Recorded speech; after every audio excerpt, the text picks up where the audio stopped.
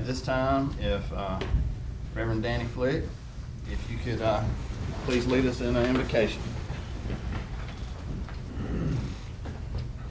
We read in Psalms where the righteous cry and the Lord hears, and the Lord delivers them out of their troubles. Let us pray.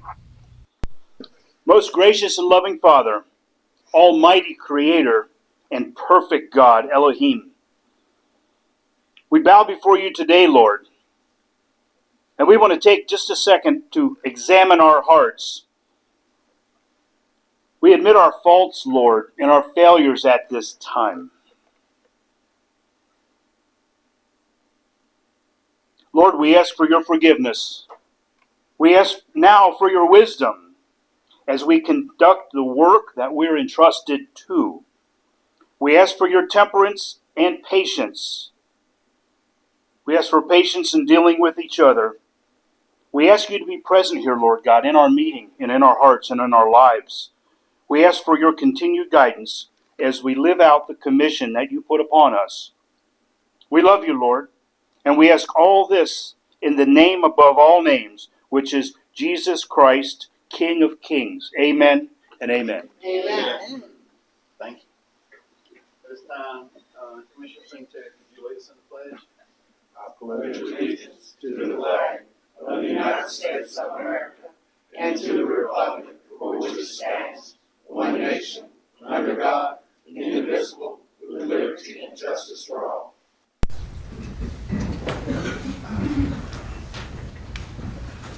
Can I get a roll call, please?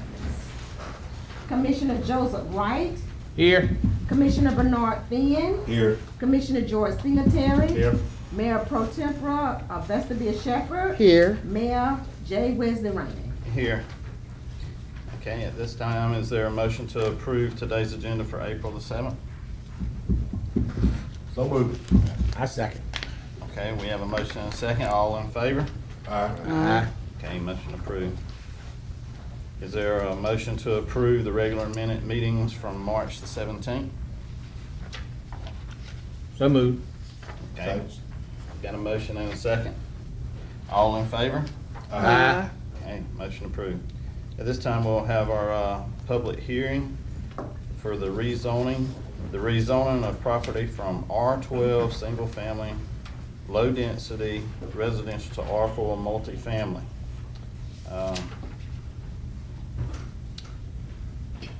You want to do the background, David? We can, so. Pre-application meeting was held on February the 5th, 2026. Planning Commission meeting was the Planning Commission hearing was on March 19th, 2026. The Planning Commission recommendation was approval of conditions. This is at the property at East 20th Avenue and Greer Street. Okay. This is a public hearing, so it's open for public comment. I see Jason. You got anything you want to add on this, Jason? Yeah, sure.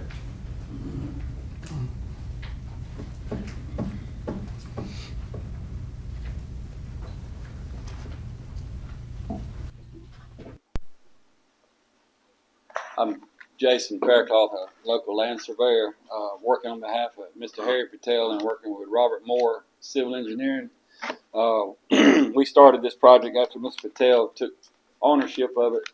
The idea is to rezone a portion of it that is highway commercial and it's R12 to an R4 to accommodate apartments.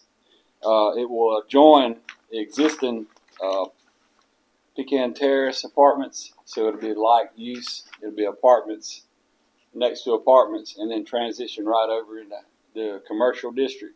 Right now, you got R4 apartments, then R12 sandwiched in between commercial. So this will give a likeness. It'll be apartments to highway commercial out at Greer Street. We're proposing to transition 7.5 acres over to R4. Half of that is currently highway commercial, half of it's R12. And then the southern portion that's existing R12 that butts up to 24th Avenue will remain R12. So And then the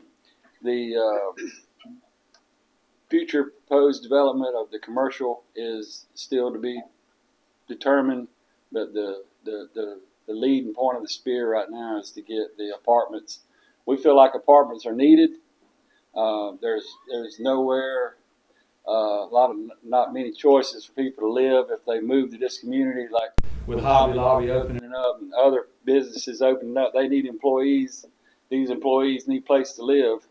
I know that talking with people who transitioned into the city of Cordele jobs, first thing that they were committed to was finding somewhere to live.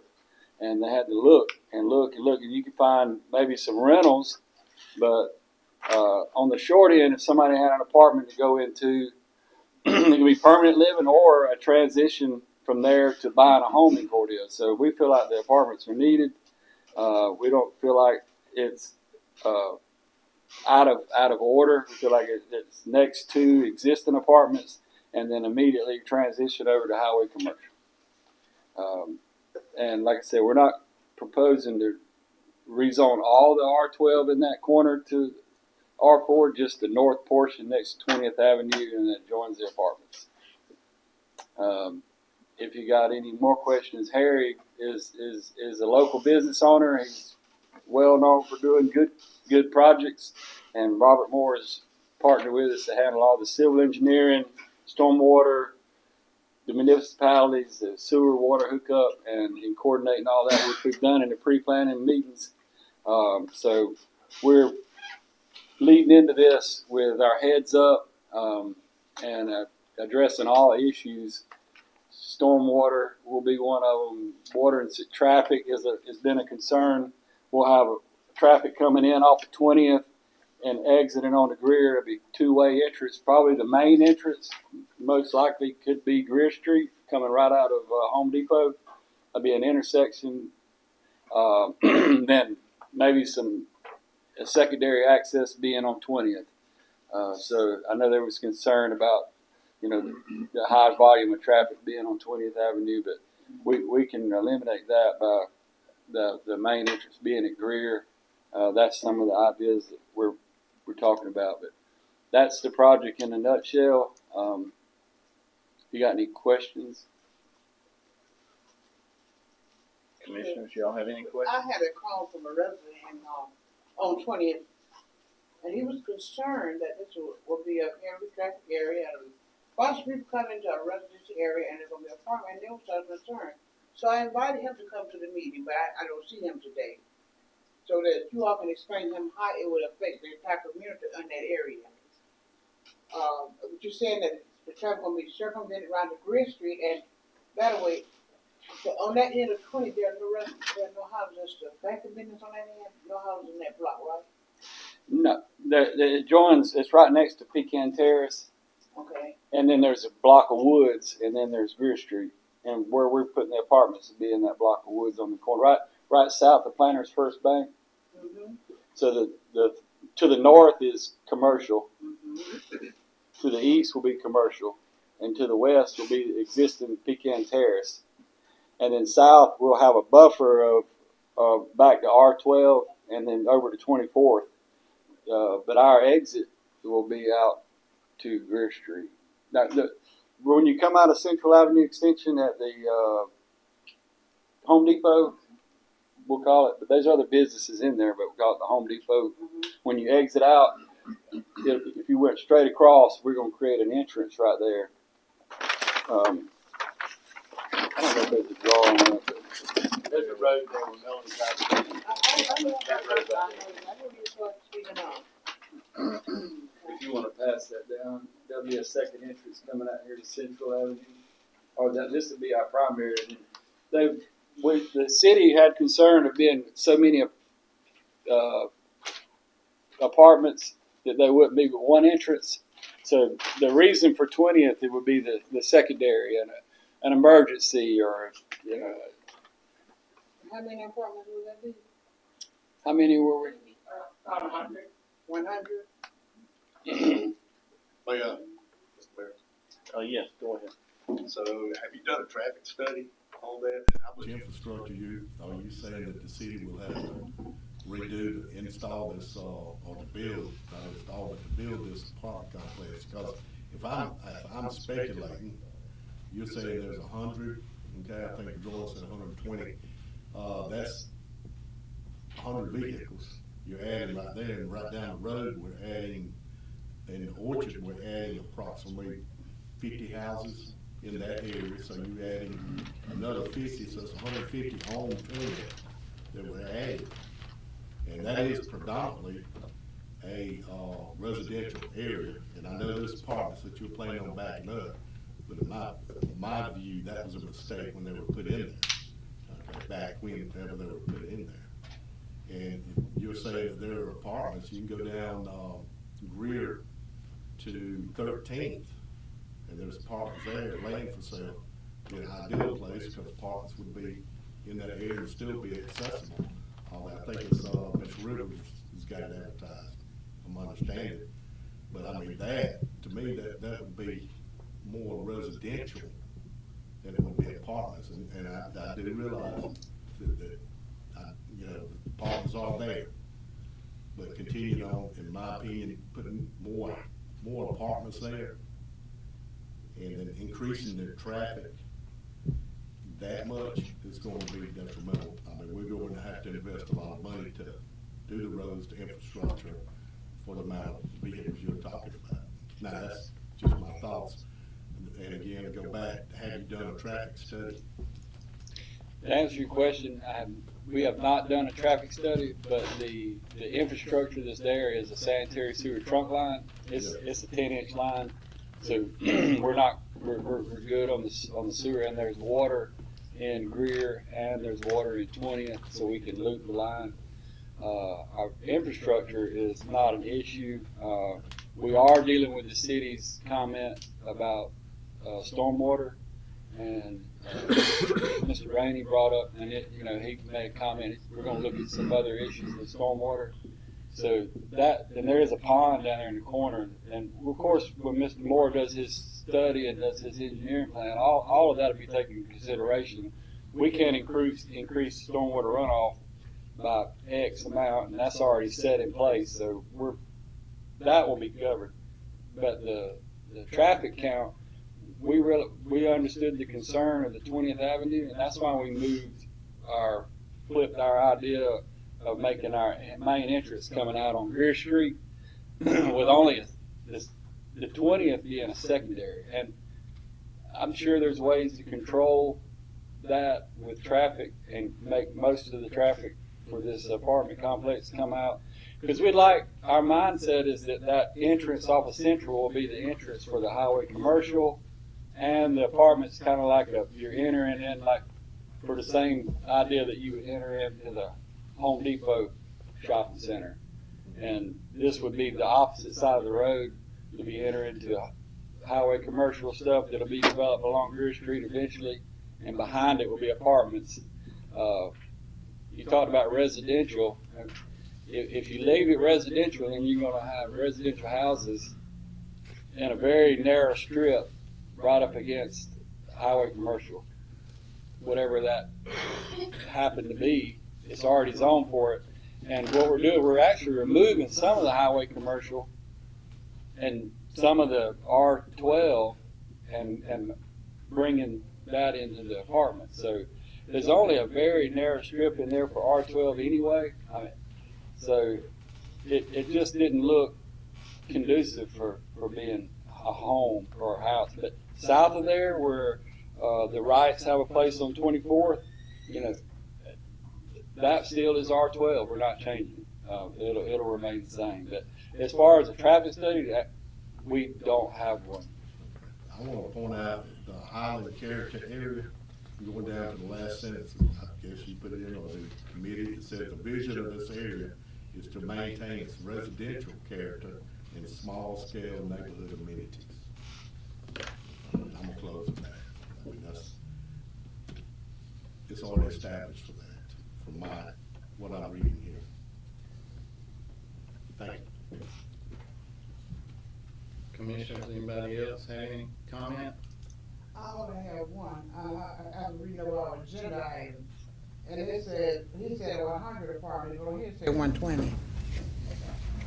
So what would it be, 100 or 120? It's approximate 100 to 120. I mean, it's engineer will decide.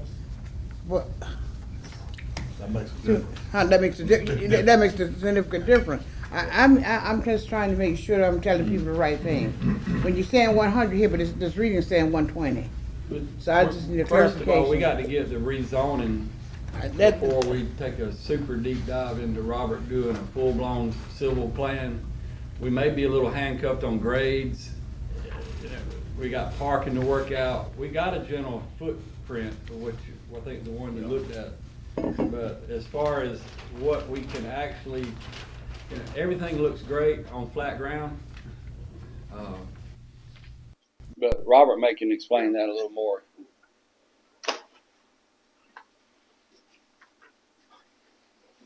Hey, I'm Robert Moore Civil Engineering out of Perry, Georgia. So the zoning we're seeking has a defined amount of apartments that we can produce. So we're only seeking the rezoning right now to get to that zoning to allow for the apartments. I mean, I think you could say max 120 units, but I don't even know if the zoning right now would allow for us to put 120 units on this piece of property.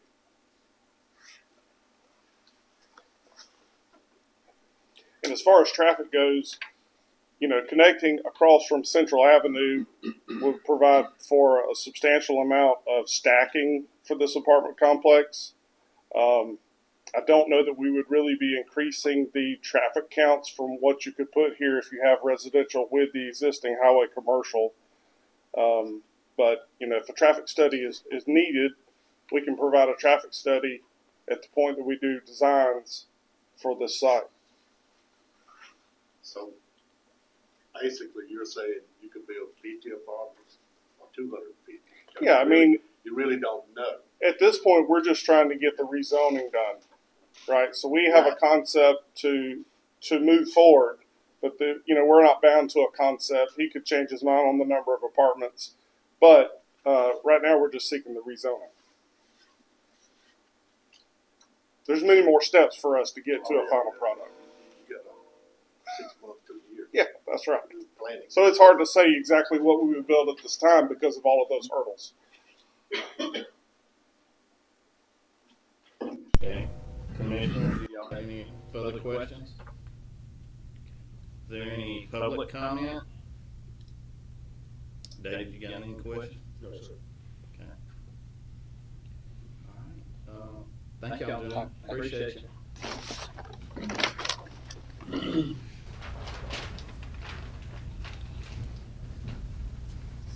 Okay, next agenda item will be, Tyler Technologies is a presentation, and that's gonna be on some accounting software for the city.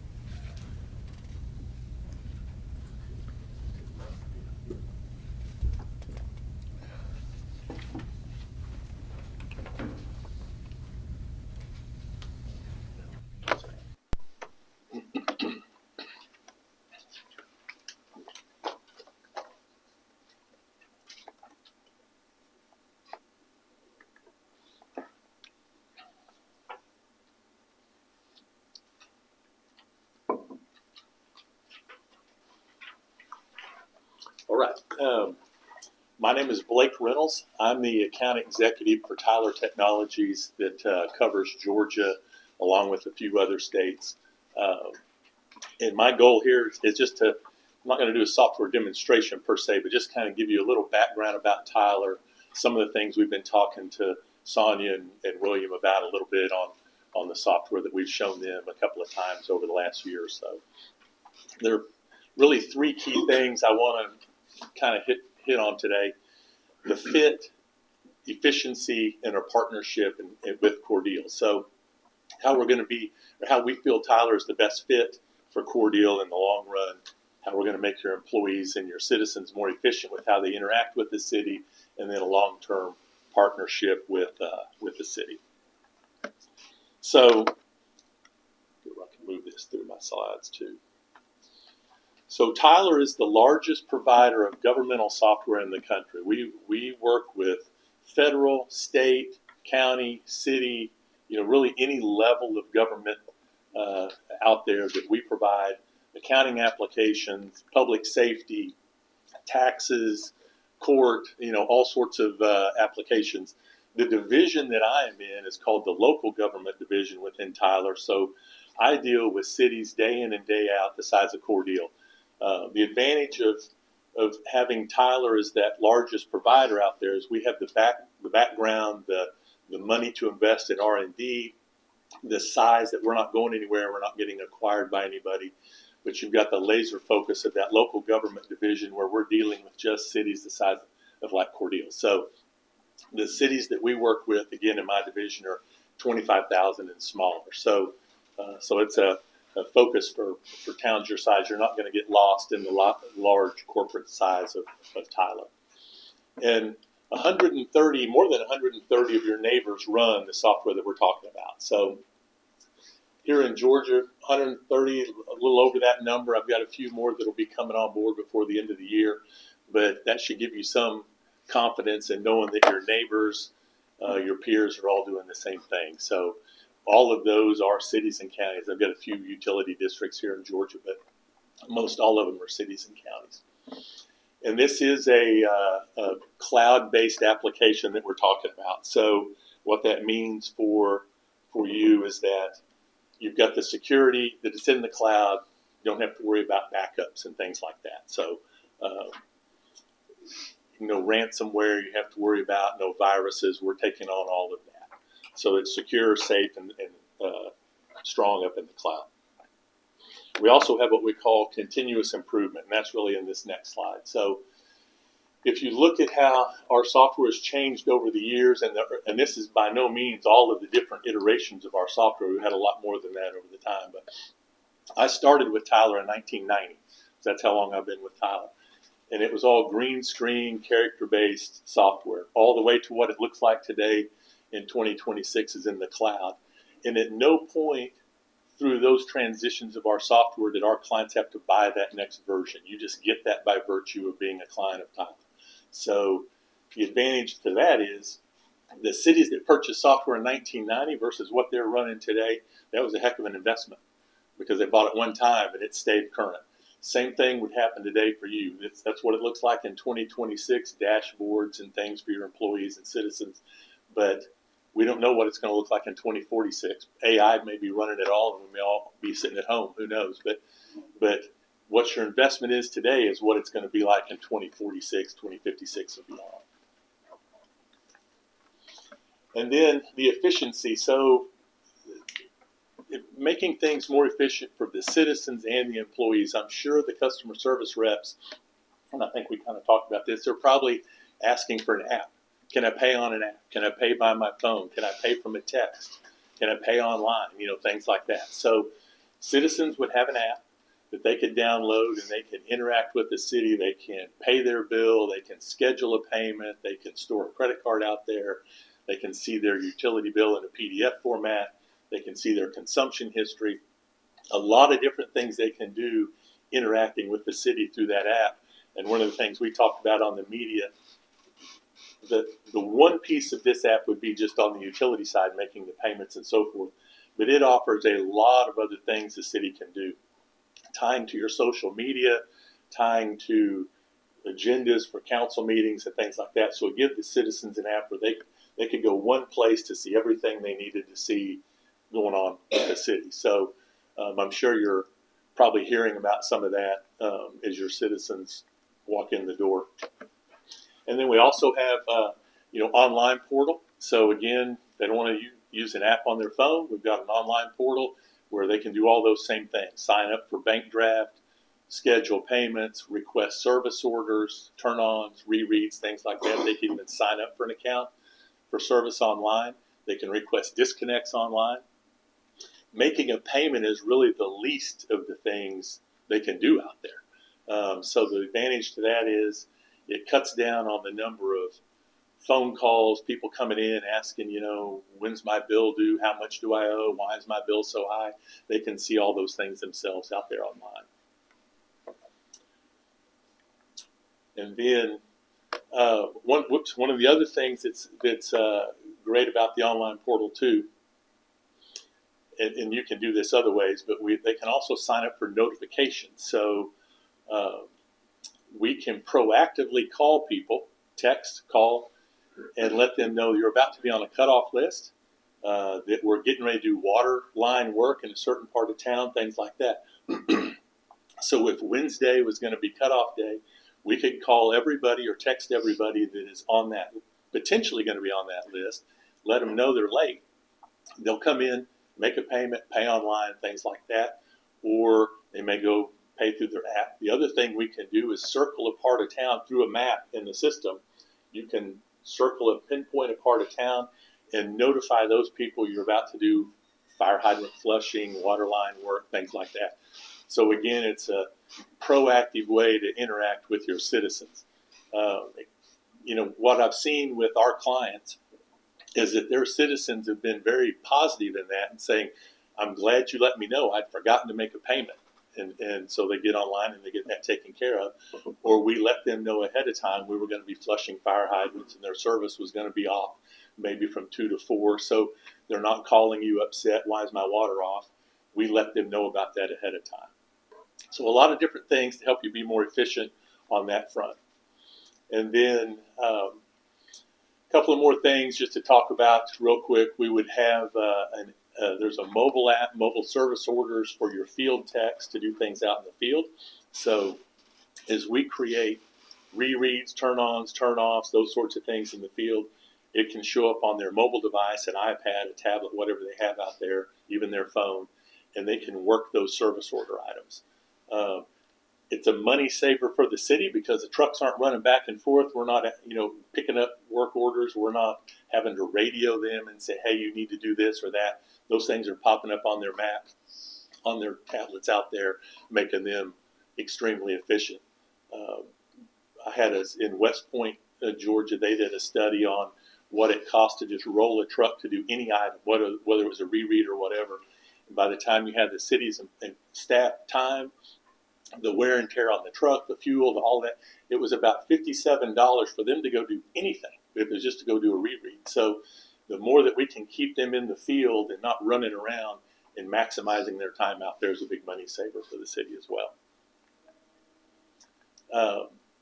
And then again, the other thing that's efficient, I've been talking about citizens and what we're going to do for them, but here's just an example of dashboards and things for the city staff. So for Sonia, for William, for all of those folks, having dashboards that's proactively telling them you've got things that are about to reach their budget, you've got things you need to approve, like a requisition, you've got time off you may need to approve, things like that.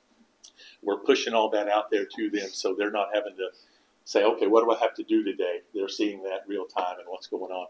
And that's, let me back up when I said real time, makes me think about this too. All of the online portal, the app for the citizens, all of that, that's Tyler applications. That's Tyler software. So we don't partner with a lot of other companies out there. It's all native Tyler stuff, which means it's all real time. So again, if I go online and make a payment or make a payment through my phone, it shows up real time in the back office here that payment's been made. So back to the cutoff list, if you're going to run that cutoff list at 9 o'clock in the morning, and I go on and make a payment at 8:59 and 59 seconds, when you run that cutoff list, I won't be on it because it will see that payment showed up and that cutoff list is clean. So I'm not having the customer service folks or whoever aren't having to sit there and scratch through, hey, these people made a payment, don't go cut them off. So a lot of advantages that way. And then really just kind of a long-term partner. Again, we want to be considered your long-term technology partner as you have new things that you need. Again, we've got applications for every department of City Hall, but we want you to think of Tyler as, hey, if I've got a question about technology, I want to ask them. We may have an application for that, or if we don't, our customers are letting us know, our clients are letting us know who they use and who they're happy with. So we can be a resource for you as far as technology goes in the future. And then finally, I've got a slide up here. I'll jump through this one. I've got a slide up here. This isn't by no means all of the different applications that we offer. But again, it's just kind of showing you that we do have a solution for every department. And as your needs change, again, you can add these as needed, and they plug in and become an integrated piece out there. But there's really not any department of City Hall other than fire that we don't have a solution for. So with that, I just kind of wanted to give you an overview of Tyler, kind of what Mr. Bennett and Sonia and the folks have been looking at over the last, I think, we do a demo a year ago? About a year ago or so. Just want to see if you have any questions after that. Commissioners, y'all have any questions? You know I do. She's making notes. Yes, my concern, and I'm glad to hear this, and I like the program so far. I really do. I'm really impressed. My question number one is, you say, well, read and reread. Okay, like for instance, at my house, say my water meter is faulty. Would it detect that? Depends on what kind of meters you have. So if you had what are called AMI meters, which some cities have those. You see them more often in electric than water, but you can have an AMI meter. We can monitor that. So we have what we call a smart meter portal, which is part of the online portal. And you can set up leak alerts. You can set up things like send me a notification if I'm on pace to have a $400 water bill or something like that. So if you have an AMI meter, that's what we need. We need that AMI meter to send us that information. AMI. So what those do is they can be read hourly. They can be read daily, however often you want to do that. But we need that meter information to be pinging us to be able to send you those notifications and tell you whether or not you've got a leak. And the reason I asked that, I had a citizen to call me saying that his water bill went from $800 down to zero. So something we got a faulty meter, so in our system that we're not catching. So I'm just wondering. We can catch those without an AMI okay, meter. Okay. Yeah. And my other question is, how soon would the program be implemented if we say yes? Would it take months, years? Or? But so from the data contract signed till you would be live across the board, because there's a lot of software we're talking about, financials, payroll, taxes, utilities, 15 months. Yeah. Now, my other question is not directed to him, sir, but it's to Debbie, Sonia, Brandon, and David. Do you think this would be beneficial for the city of Cordele? Yes. Okay. It's got to be better than what we currently are running, but I'm not in that. But some of the data that I need is just too hard to get from the system they have. Okay, hold on, David, Brandon, before y'all answer, I got one question I want to throw in here. How will this be transferred from our current system? Will we lose data? Do we need to back it up? How do we transfer it over and make sure we get it all? We do data conversions, and we do data conversions of QS1, which is who you have now. Matter of fact, I'm working on another QS1 conversion in North Carolina right now. We'll convert over as much history as you have, or as much history as you want. So most cities bring on average 5. Because once that history, depends on what it is, but once that history gets older and older, it becomes less and less meaningful. So a lot of them will say, I just need the last 5, maybe last 10 years. But we can bring over as much as you want. Okay, that's my big concern. Yeah, right. And why don't you have the fire department? Do you have the police department? We have police software. We don't have fire software. Because I'm trying, Chief. most of them use Firehouse. I do have one question though. With that system, if there were weather alerts or some sort of alert, could we use that to send out to everybody that was on the system? That's the key point there. If we have their contact information, but you could broadcast an entire alert saying, hey, you got severe weather coming or boil water advisory or whatever. But we have to have their phone number, a good phone number for them. So could that be used like on your meters where you send it out to disconnect, reconnects, and all that? Type of information, could we use that? same information, or we have to have just totally? I've got to have. I mean, I've got to have the phone number to be able to contact them. Okay, so And I could, we would have to put out something to let people sign up. right, Okay. right. And one of the things we do with the new clients, and it's it's a free service that we offer, which is what we call an adoption campaign. And it runs about 3 months, 3 or 4 months. So we'll give you things to post on your windows. We'll give you things to post on your social media, letting citizens know, hey, we've got a new portal. Here's all the great things you'll be able to do with it. We need a good contact information, good phone number for you, those sorts of things. One of the things we also do is in training is try to get your customer service reps in the habit of anytime they're talking to somebody, say, hey, do we have a good phone number for you? And just capture those on the fly as we can. We can't do it if we don't have the number. And that's one of the things, too, when you do those notifications, it returns back the results. So it'll let us know, hey, Sonia answered the phone and listened to the entire message, or she hung up on it, or we left her a voicemail, or we got a bad phone number. So it'll return those results, which is, again, kind of nice when somebody comes in and says, well, you cut my water off and nobody let me know. It shows in their utility account, we called you Tuesday at 3:30. Somebody listened to the entire message. So you've got a little more, teeth to say, hey, well, I'm sorry, we let you know. But we have to have those phone numbers. Technology. Yeah. Things that we're doing today, especially like with the phone. When I started in 1990, phones didn't even exist, and now, again, you could approve a requisition from your cell phone sitting at a GFOA conference, and you can do all sorts of things. So, Mr. Mayor, I ran on being transparent, this commission being transparent, and this gets us even closer to being transparent. If we could ever figure out the Zoom call, Zoom into meetings, we would be awesome. Well, look over there to your left. Oh, that's my buddy. I miss you up here. I'll be back. I just like Brandon. Do you have any questions? No, even as I sat there and tried to think of things that could be wrong, it's a huge net positive for the city. Okay. it's less of an overhead for you being in the cloud, yeah. We have anything we can do to help build on data retention is awesome. That's the best thing you can do. So. And saying that, and then one more thing, and I'll sit down, but also part of this is what we call content manager. So you can scan and attach documents all throughout the software. You can become as paperless as you want to be. So, and that his retention schedule made me think of that. So you can save those documents and do your own retention schedule and purge them as you need. But when your auditors show up and say, well, why did we make this entry, or what is this? You would have all the backup documentation scanned in right there for them to see that. So, Ms. Sonia, do you have anything? I do. How does this work with billing, sending out the bills? Do you all do that, or is that included in that, or there's another? So do you send that, do you print the bills in-house now, or do you send them out? You send them out. Okay, so we do the same thing. You do, okay. Whoever's printing your bills for you now, we can send that same file to them to print.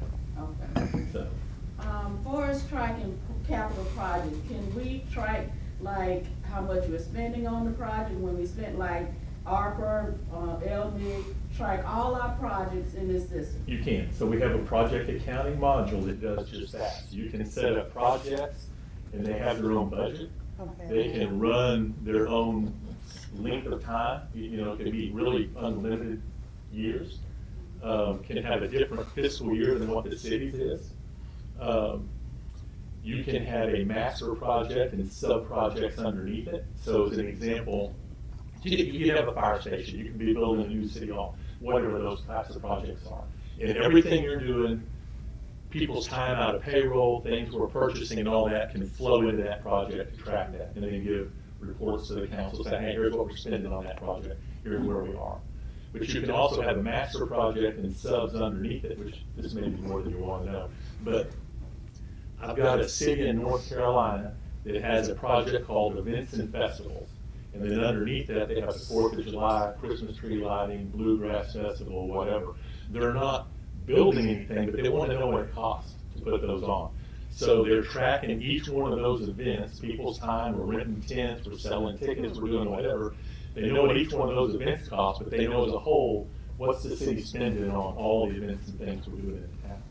So you can really use it for a lot of different things, but you can't track any project you've got going out there. Okay, well, we have, of course, the general fund where we write checks out, and we have other accounts like Splosh, T-Splosh, that are separate accounts. Right. That we write checks for, and we have to do a spreadsheet to keep up with those. Can we use this system for the other accounts, You not can, smaller? yeah, we still set up those funds and still set up those accounts. So you're gonna, like you said, you're gonna have little activity in them compared to the other. Yeah. But yeah, but you can set all those up. What about writing checks, printing checks? You can do that, yeah. We can print checks. Yeah. That's probably back to his question, you wanted to know how many cash accounts, how many checking accounts you could have. You can have as many as you want to reconcile. You know, so. Okay. Blake, y'all also have an ability to have a blank check stock? We do. So you, We do, which is, and it doesn't matter how many checking accounts you have, You can buy just blank security paper that's perf. And our system, part of what we quoted, will print the whole check form, MICR line and all, and then the data that goes on that check, so you don't even have to buy pre-printed checks. And then if you want, it can print the signature. Some people want to actually physically sign, others will let it sign, auto sign. But kind of up to y'all. So to be transparent, I asked this question ahead of time because I was just so curious about software. All right, so I did ask about multiple checking accounts or the various ways to set the software up because over the last 10 years that Ms. Vesta and I have been on or Mayor Pro Tem, Vesta Shepherd and I have been on the commission. I've known there's just something a little off because all our reports look different. And so they're just different spreadsheets from various things. And if it was a computer generated software, then our reports would look pretty much the same. Yeah. And the financial reports. So I'm gonna try to stay as high on this as I can, but we can only make decisions based upon the information that's given to us. So it's important to me for there to be like a chart of accounts. Right. I want to see stuff individualized where reports can be run on a specific item. So like, that's why I'm asking about checking accounts like Splosh. It'd be very simple. I'm curious if the money coming in and out of Splosh, you can run a quick report. It'd be time saving as opposed to entering everything manually and keeping it on spreadsheets by hand. So where we're at right now, to be transparent to everybody, is a lot of our funds are kept on spreadsheets and by hand. That is very difficult to maintain and keep up when you have the volume of money that runs through the city and keeping things balanced. Right. So the individual checking accounts for the various funds is important to me. I do not like the pool cash account. Yeah. And I think the only thing in pool cash should be your revenues, which would be your sanitation, your water, your gas, and your taxes. Yeah. That can be in there. So those revenue accounts, when it comes in, can it divide those revenues specifically so the revenues can be kept up with, like when they come and pay their bill? Yeah. Can you divide that? So we can track all of that. Within that just being set up as pool cash. You could, yeah. Because we have a lot of other things in pool cash. So I'm not satisfied that water and gas make money at this city right now. I'm not satisfied that that's the case. Right. That they're profitable. And because of the other funds that are in our pool cash, I think are subsidizing our water and gas, which is going to put us in a bad position shortly. Right. And so to answer that, we could give you consistent reports fund by fund or overall. So So you're not having to try to, well, this is an Excel report and that's something coming out of my software. They're all going to be consistent. I can wrap them all together. We have what we call segmented, as you mentioned, this segmented chart of accounts. So we can run you a report on any piece of an account number. So I just want to see salaries and wages for fire department. I can run it down to very specific reports on any part of the account number you want to see across all funds or a single fund, that sort of thing. I guess what I'm asking is I would rather see like the chart of accounts where it says T-Splosh, Right. SPLOST, General Fund, LMIG, Right. ARPA, Right. and it give us a balance For each of those. So for each of those, so that Yeah. way, whenever we come up here, we can ask specific, we will know how much we have in T-Splosh or something. Right. So we can make more educated Yeah. decisions. Right. You would be able to see all that. Sure would. Okay. Yeah. Set it up. Much easier to pull that together in Tyler than it is currently as well. But what he's saying is we can go across the funds to generate specific reports, customize them a little bit, and then those reports can be run each month or how often you want to see it. Based upon your analysis so far, I know you're not here to give a report, but was I wrong with anything that I said? What you currently got is a manual System. system from bank breaks to everything, and that makes the jobs of the staff here a lot harder than it needs to be. And so even with the bank breaks and Tyler, they're gonna become more of an automation. They have a thing called processing, so when you run these processes, the system updates and catches any errors before it allows you to actually post.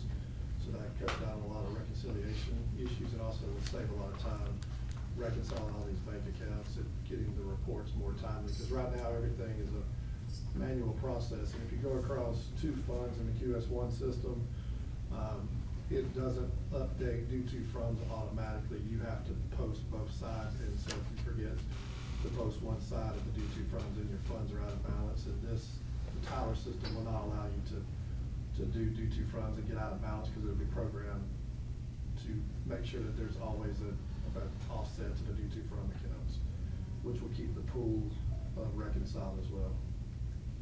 If we separate those funds into individual accounts, that would make them more interest bearing where the city can make more money too, as opposed to pooling it all together, correct? Yeah, that's part of my report today. Oh, okay, sorry. Sorry. Stealing his thunder. I'm sorry. Okay. So, Mr. Benny, you on board as well? All right. Very much so. Okay, All thank right, you. I'll stop. I can talk about this all day. Yeah, I mean, I don't want, get into the weeds on accounting theory and how it all could go. Okay. But, yeah, so. Appreciate your time. Any questions, just let us know. Thank you. You bet. Okay, we'll move on to, are there any speaker appearances? Okay, any speakers on specific agenda items? Okay. Okay, we'll go into department head reports, Community Advancement Manager. Mr. Mayor, Maurice emailed me earlier this morning. He's battling a case of food poisoning, so he's not here. But his report is in your packet. If you have any questions, Mary or I will try to answer those for you. Okay. Ms. Mayor, do you have anything you want to add on Maurice's report? No. Not at this time? Okay. Mr. Mayor, I got one question. Did y'all receive another application for a revolving loan today? I'm not sure because it would have went to Maurice, Okay. but I can check. Thank you. We Okay. need to expedite that one. Okay, we'll move on to Finance Department. Fiscal year than what the city's is. You can have a master project and sub-projects underneath it. So as an example, you can have a fire station, you can be building a new city hall, whatever those types of projects are. And everything you're doing, people's time out of payroll, things we're purchasing and all that can flow into that project to track that. And then give reports to the council saying, hey, here's what we're spending on that project, here's where we are. But you can also have a master project and subs underneath it, which this may be more than you want to know. But I've got a city in North Carolina that has a project called Events and Festivals. And then underneath that, they have the 4th of July, Christmas tree lighting, Bluegrass Festival, whatever. They're not building anything, but they want to know what it costs to put those on. So they're tracking each one of those events, people's time, we're renting tents, we're selling tickets, we're doing whatever. They know what each one of those events cost, but they know as a whole, what's the city spending on all the events and things we're doing in town. So you can really use it for a lot of different things, but you can't track any project you've got going out there. Okay, well, we have, of course, the general fund where we write checks out, but we have other accounts like Splosh, T-Splosh, that are separate accounts. Right. That we write checks for, and we have to do a spreadsheet to keep up with those. Can we use this system for the other accounts, You not can, smaller? yeah, we still set up those funds and still set up those accounts. So we're gonna, like you said, you're gonna have little activity in them compared to the other.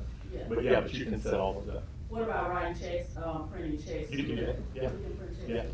Yeah. That's probably back to his question, you wanted to know how many cash accounts, how many checking accounts you could have. You can have as many as you want to reconcile. You know, so. Well, Blake, y'all also have an ability to have a blank check stock. We do. So you, We do, which is, and it doesn't matter how many checking accounts you have, You can buy just blank security paper that's perf. And our system, part of what we quoted, will print the whole check form, MICR line and all, and then the data that goes on that check, so you don't even have to buy pre-printed checks. And then if you want, it can print the signature. Some people want to actually physically sign, others will let it sign, auto sign. But kind of up to y'all. So to be transparent, I asked this question ahead of the time because I was just so curious about the software. All right, so I did ask about multiple checking accounts or the various ways to set the software up because over the last 10 years that Ms. Vesta and I have been on or Mayor Pro Tem, Vesta Shepherd and I have been on the commission. I've known there's just something a little off because all our reports look different.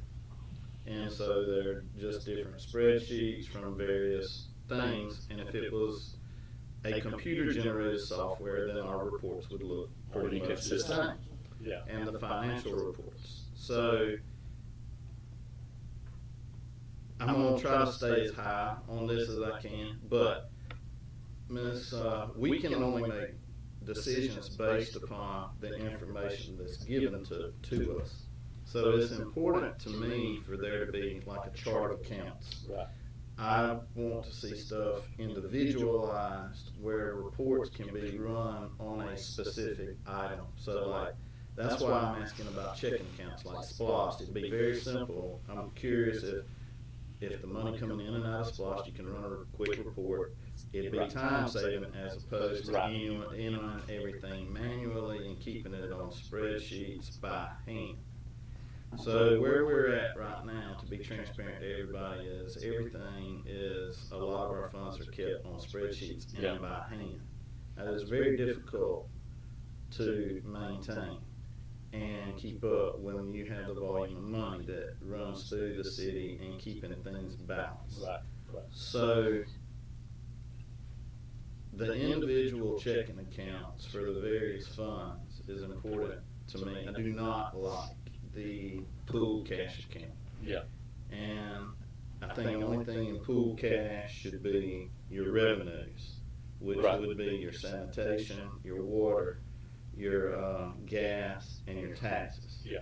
That can be in there. So those revenue accounts, when it comes in, can it divide those revenues specifically so the revenues can be kept up with, like when they come and pay their bill? Yeah. Can you divide that? So we can track all of that. Within that just being set up as pool cash. You could, yeah. Because we have a lot of other things in pool cash, so I'm not satisfied that water and gas make money at this city right now.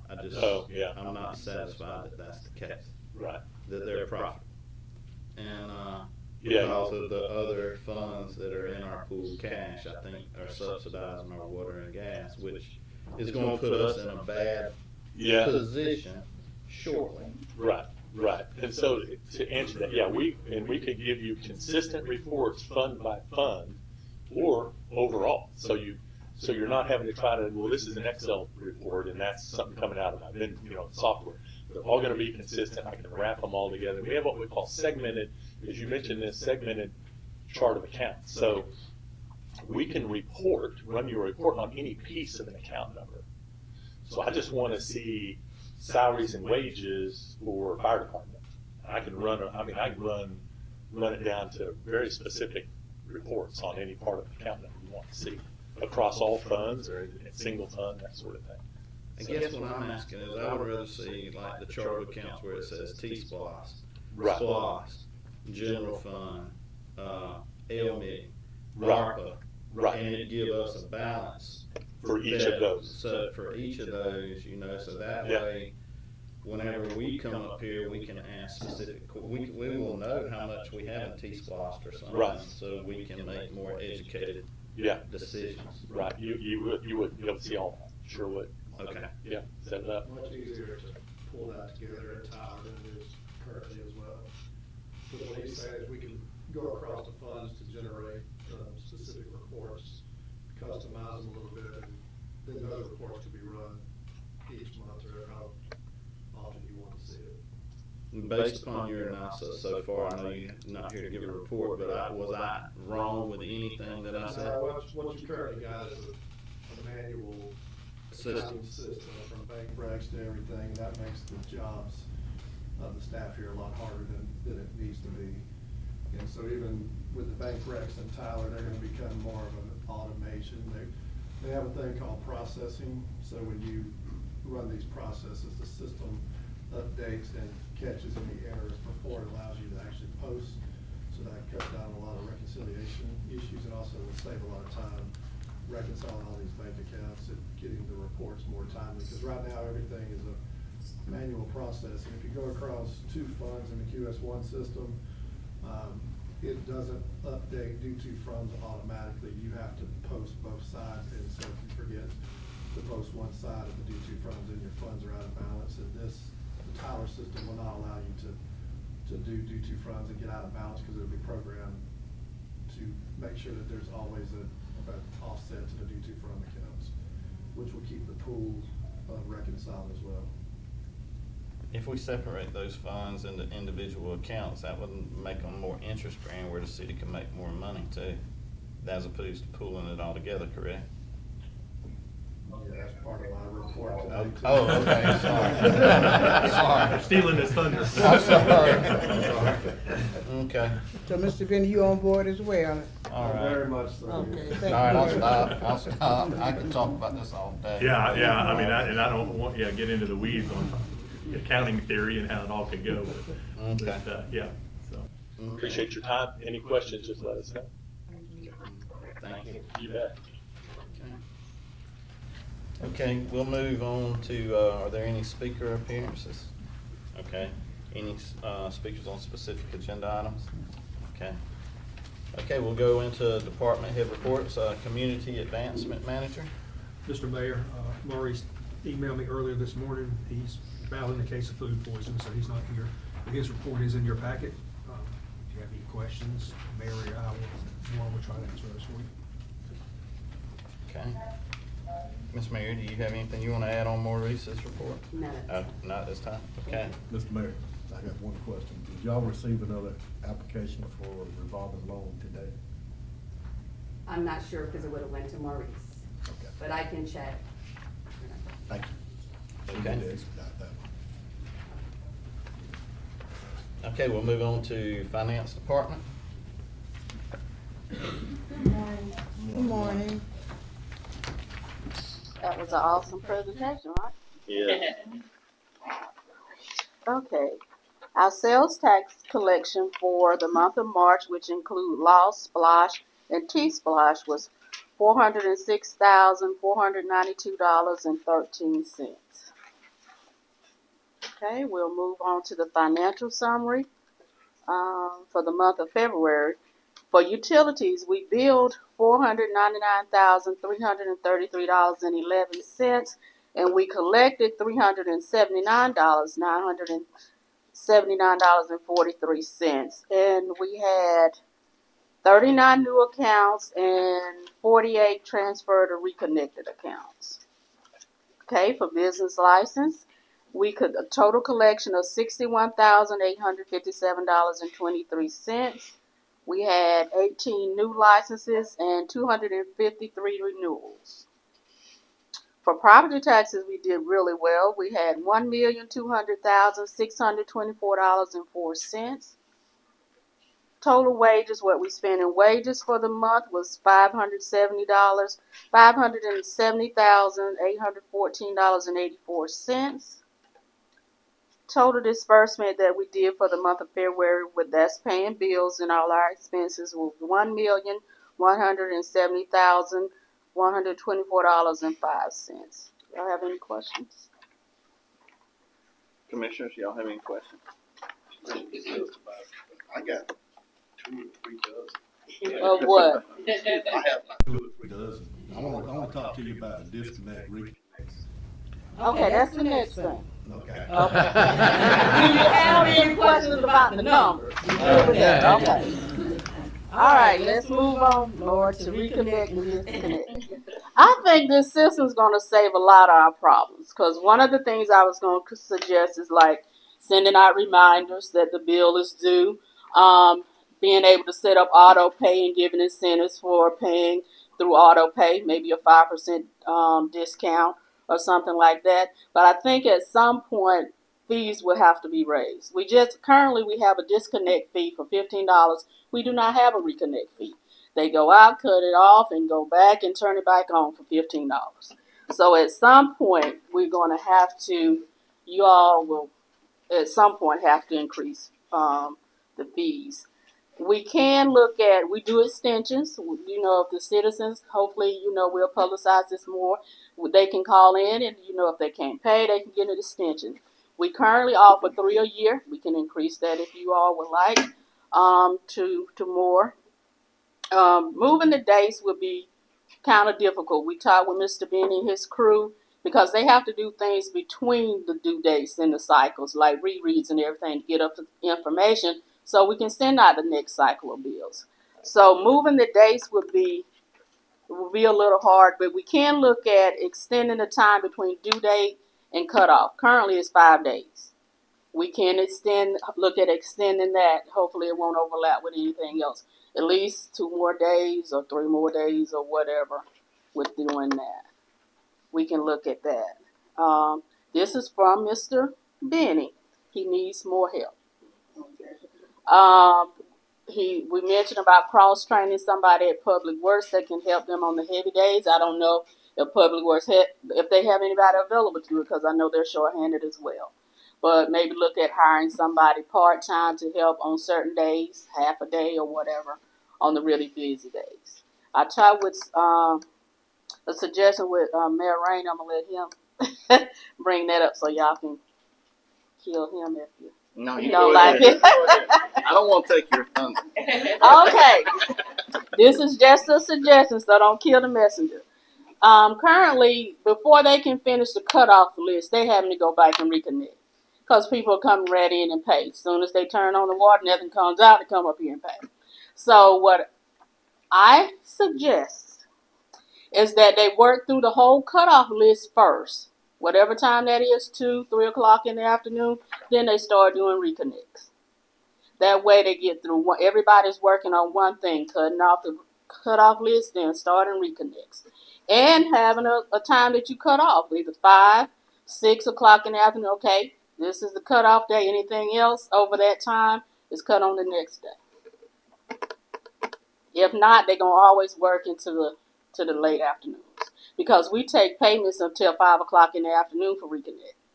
After 4 o'clock, they have to pay an extra fee of $50, but they can still get the service reconnected that day up until 5 o'clock. So they have no choice but to work late in the afternoons if we don't have a cutoff point.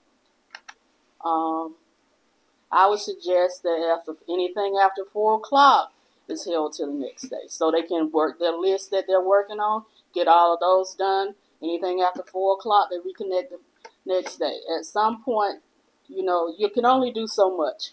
The citizens are going to have to take a little responsibility also. And also another thing that's going to help is currently they have to come up here and get the work orders for reconnect. With the system, we can send it directly to the field. That's going to cut out a lot of time, because they're currently coming up here all day picking up work orders. I'll just add a little bit. If they've got cutoffs on that iPad out in the field, and they haven't gotten to that house yet, and they came in and made a payment, it'll delete that work order off that iPad. Amazing. Yeah. But that's all I have, so what are your questions? Before he starts, because he'll be here all day. Yeah. I'm retired. Yeah.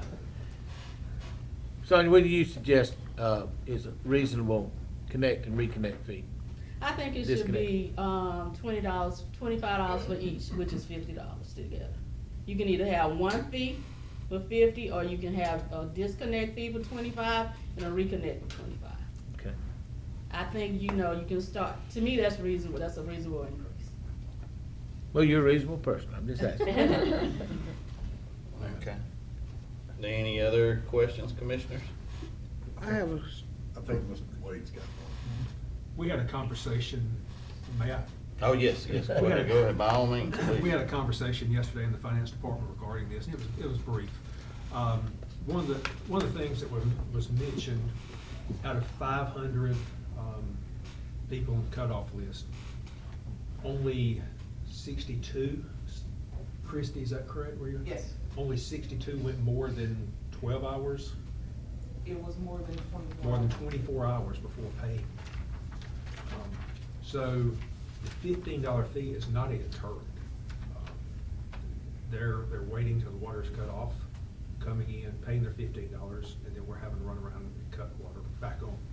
I think we'll resolve our issue of having to send our meter services out to connect or disconnect and then reconnect, if that fee is substantial enough to be a deterrent.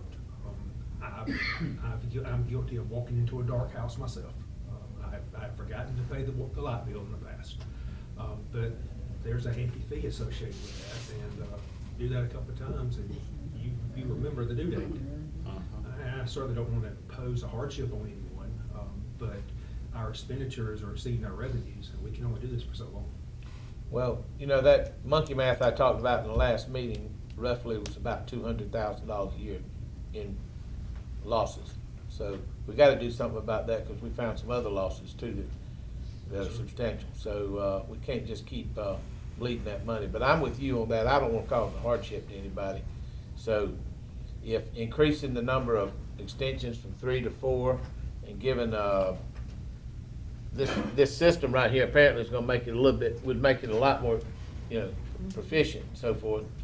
I think we can work to a happy medium so that we're not hitting people on their Social Security and that's their only form of income. That's the last thing on earth I want to do. So let's just look at it from that way. And I will add also, I think it was Sunday evening, got a text message from Chris County Power. Their bill is due April 6th, which was Monday. I already had it on my calendar, but I do appreciate that reminder. So I think that's a huge benefit of this system.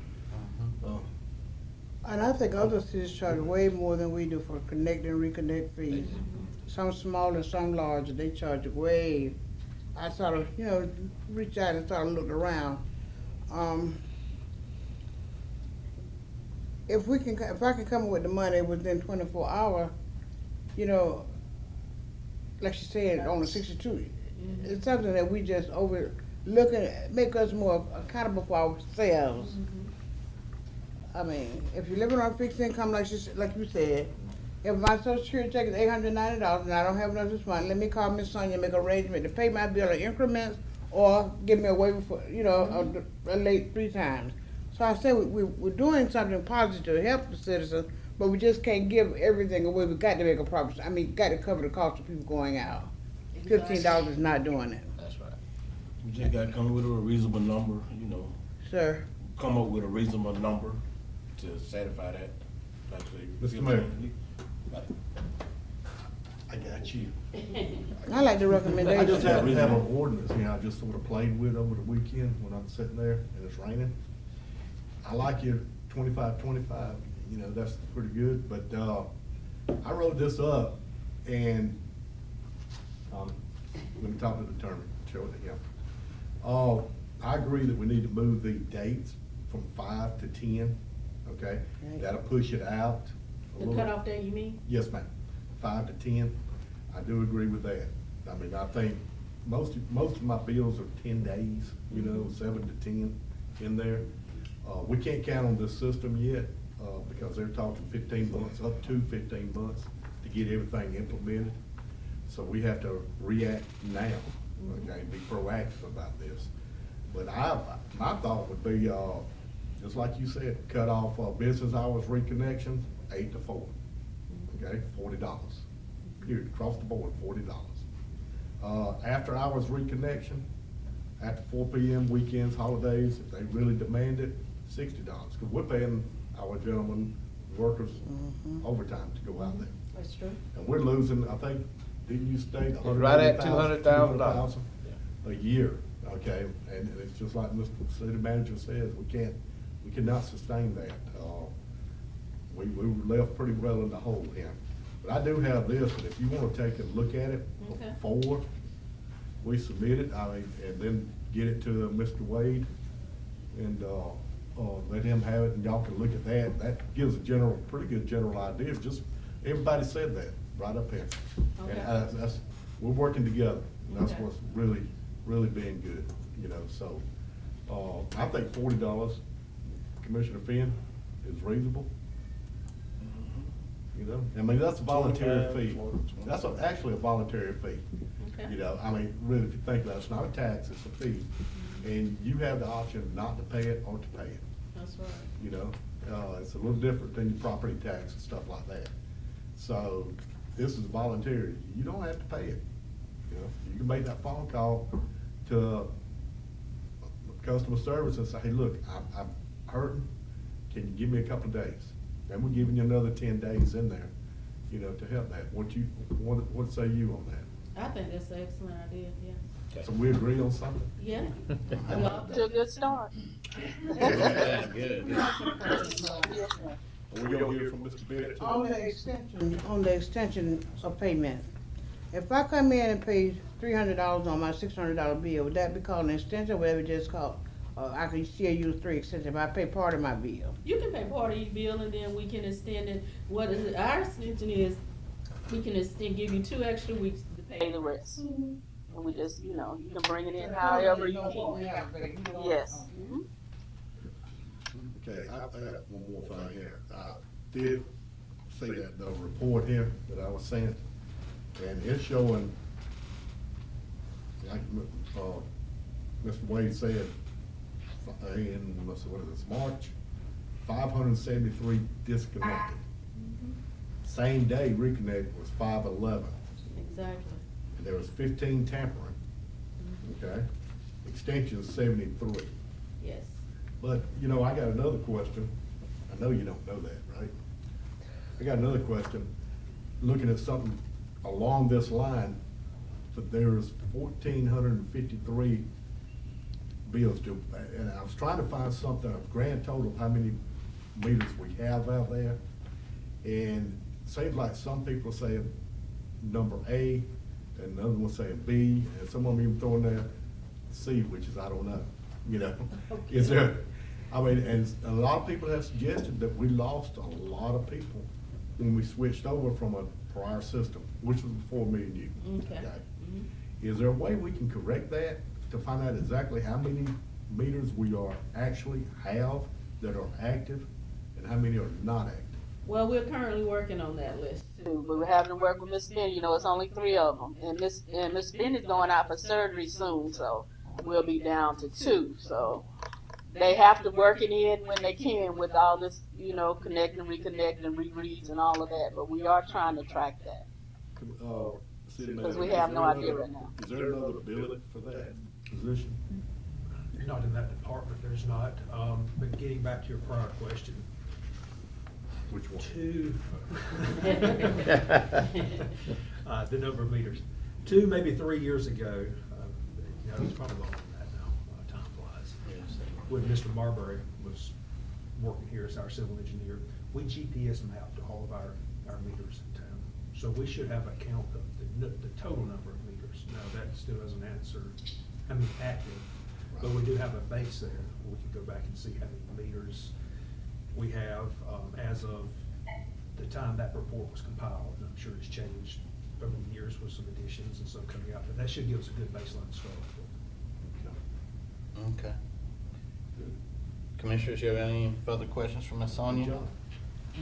All right, what about this changing to that AMI meter? Yeah. I'm sure we don't have that. What is that? No, you don't. They're not cheap. Oh. But AMI meter, you have to put every, an AMI meter in every house or business in town. And what they do is they transmit a reading, and we can pick that reading up hourly, daily, how often. And so then you can monitor those and see if there's flow going. If that meter's off, but we're seeing flow going through, we know we got a leak somewhere. Or somebody turned it on and didn't tell us. It's just a proactive way for us to pull those meter readings, see what you got going on. If you've got leaks, people can pay, like I say, we can project what a bill's gonna be, they can set up leak alerts, things like that.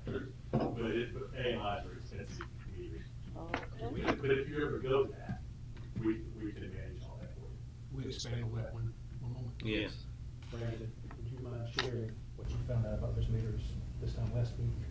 Yes, so there's the meters that give out the information, because I had to look into it. We're thinking about upgrading the system that we have right now that's on-prem, and it stores data here locally, and go to a cloud-based where the readings are stored, but I think the meters that we're talking about now are 100, it can be anywhere from $150 to $300 a meter. And then the meters that do automatic cutoffs, and I didn't bring the numbers with me because I didn't know if we talked about it, but it was significant, I think, to do the whole city at the easiest for water. I think the lowest number I could get to be pulled was around $2 million to do all the, and that's for automatic cutoffs. That would be the valve that goes in. And that doesn't count the cost of installation or the maintenance cost, because they're powered by, if you can't get 12 volts to them, because they're usually in a hole, they have to be powered by batteries, which if they're not frequently used can last up to 20 years. They're frequently used, lots of cutoffs are going on. But it was interesting to learn that it would be quite an investment, and that doesn't, so there is an increase in maintenance, and right now I hear tell that maintenance is having to take a back seat to disconnect some things, so, but it would be significant. That's not counting the gas meters. Unfortunately, gas meters can be even double the cost. There's less gas meters, you're looking at, another $2 million. This is all really rough estimates, and that was based off of rough figures of how many. So it would be a significant investment to get the auto cutoff, where we can do that remotely. It'd be less expensive to switch to those meters they were talking about, but it would still be pretty significant. And I believe those meters communicate with each other to an access point ultimately. So if there's a break in the chain, so you do have to do everyone on a block has to be on it, because one meter communicates short range to the next meter at the next house, all the way to a communication point, which will probably be a cellular or Wi-Fi powered access point on a phone. So yeah, it would be an investment for sure. Yes. Can I ask, we got a guy that came in from a bigger city. Could we ask him, maybe he has some dealings with the AMI? Maybe, Scott? Back there? If it's okay. AMI is a very good system, but it is extremely expensive to go to. And for the city of Cordele, I would recommend that if we decided that we wanted to go to the AMI system, it is a cloud-based, and depending on the manufacturer that we would select for the meter, that would be the AMI system. They would come in and do a study on the city to see how many cellular cloud antennas would have to be placed throughout the city, because each meter is individually sent to that antenna, and it all goes back to one computer here at City Hall for all of the gathering of the readings, for the bills to be generated. So, you know, once we would select a, manufacturer that we wanna go with, that has that AMI stuff available, they come in and do the study for us at no extra charge to, tell us how many antennas are going to be needed, and that all becomes part of the overall cost of that implementation. And then, what they always recommend is that to get the system, done fairly quick, is they have, a third-party contractor come in to do all the meter change-outs that has been trained on how that stuff works. And then once everything has been implemented and changed over, then they come in and give our people the training on how to diagnose the problems that arise in the field. Okay. So the AMI meters need to be in place before Tyler comes in, right? Well, no, Tyler handles a lot more, but we could expand from. Could we, I know the budget year is coming up, could we get this done, get them in, the quotes and everything before the next budget year? Is that possible, Mr. Manager? We would need to find a vendor. I'm sure somebody can put us in touch with a vendor, but yes, sir. Why don't we do that, and then, I mean, I'm suggesting, I don't know, that way we know what we're dealing with, so when we go into the July budget, we know what we got. If we broke anyway. Well, the towers, the base, what I'm gonna call the base, is probably what we would need to implement first, based upon the cellular towers or what have you. You would need to get that installed. And then you could restrict it to new construction, that way the base is there no matter where the new construction goes in. And then you could budget X number of phases, or X number of budget 100 houses or 100 meters per year, and we implement over however many years, so we could have a constant budget as opposed to coming up with that much money at once, unless we could get a grant. Yep, possible. That's how most do it. Phase it in groups like that. Well, we need to get that total price before, then we can talk to them about the phasing. And start with your most, and what you're saying is exactly right, new construction goes in that way. But most of the cities I work with, when they're putting in AMI, they'll start with their most problematic customers to reach, you know, that they have the most issue with. So those are the ones they start with first, and then new construction, and then just put in X a year going forward. Okay. All right. Any further questions, Commissioners? No? Okay. While we're on finance, Mr. Bennett, do you have anything you want to add? Yeah, go ahead, please. Just wanted to give the commission an update. We're still continuing to work on getting ready for the audit. I think we're still on pace for a May 1st start with that. What I've done is I've broken down the audit, working with the team here on working on different portions of it every couple of weeks. So we went through and got all the enterprise receivables figured out and reconciled journal entries made for that. We've done the accrued payroll. So everything that was on that email list that you guys got a couple of weeks ago, we've pretty much achieved that at this point. This week, the plan is to work on our SPLOS funds and T-SPLOS, getting those reconciled. So hopefully we'll have a report in May, kind of showing you what you've got left budgeted wise on the SPLOS. Because looks like there's a significant amount of money available from the previous SPLOS. So that's one thing we need to look at, and that's where some of the money for the Tyler Technologies, it's already been allocated through SPLOS. So that's where some of the implementation funds can come from on that. Now, as part of working with SPLOS, one thing that I did notice is the new SPLOS that is now the 23 or 24 SPLOS, or how you refer to it. That money is currently sitting in just a regular checking account. There's no interest being earned on that at all. And then the old prior SPLOS from 2018, as well as some of your T-SPLOS money, the bank is basically only giving us about 1% interest rate on that. With the current rates for municipalities, it's sitting somewhere around 3.6% right now. So we got two issues to deal with. One is to get that 1% that we are being paid up to the market rate. And then the use plus, we need to look at putting that into a money market type of account, or at least get the bank to consider that a demand deposit account to get our interest on that. Now, the real dollars, we talk about money around here, right now, by having zero on there, we're losing about $75,000 a year just in that one account.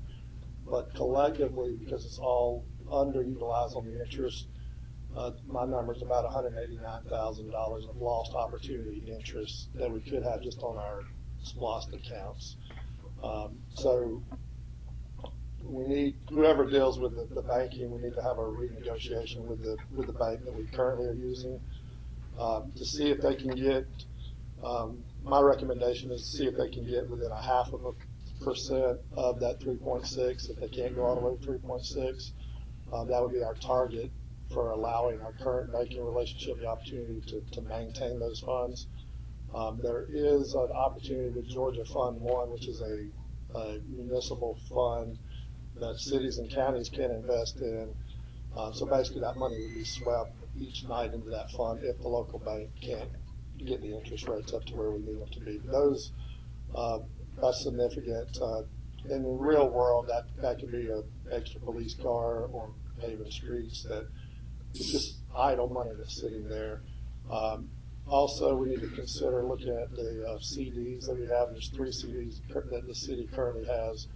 Those also look like they're not getting the market interest rate that we should be, but I don't know yet what the timing is on when that matures, but something we definitely need to look at as far as getting the city's treasury in line with what the market rates are for interest right now. What, I mean, just don't hold it back. How much is the CD?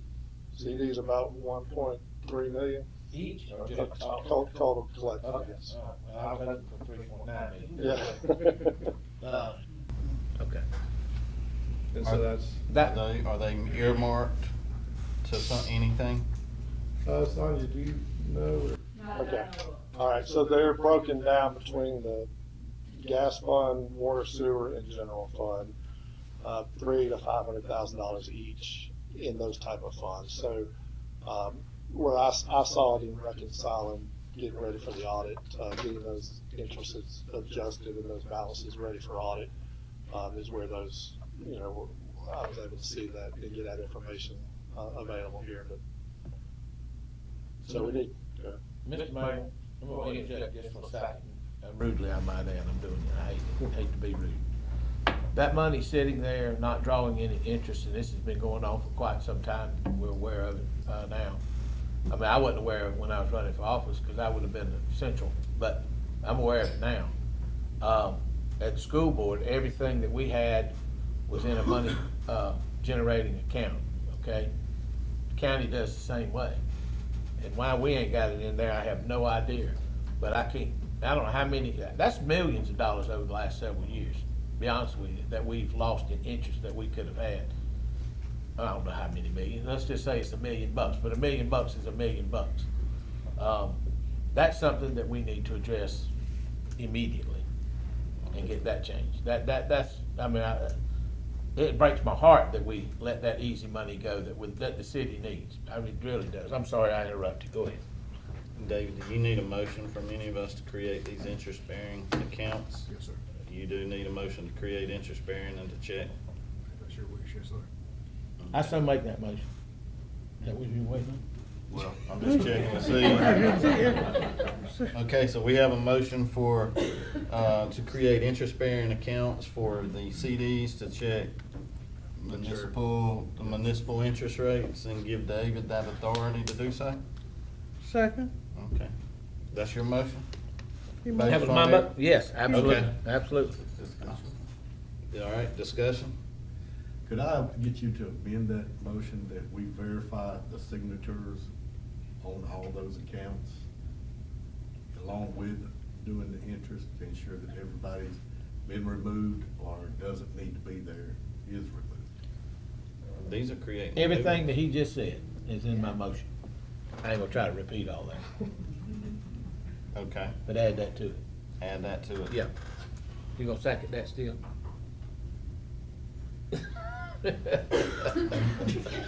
Make it clear, Mr. Mayor, what he's make it saying, clear. please. Okay.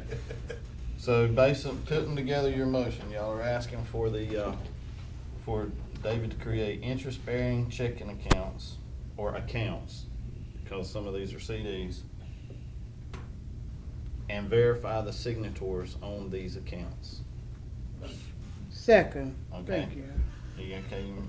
We had a motion and a second. All in favor? Aye. Okay. Anything, or you wanna continue? All right. That's the biggest thing, so that will get some immediate cash in here.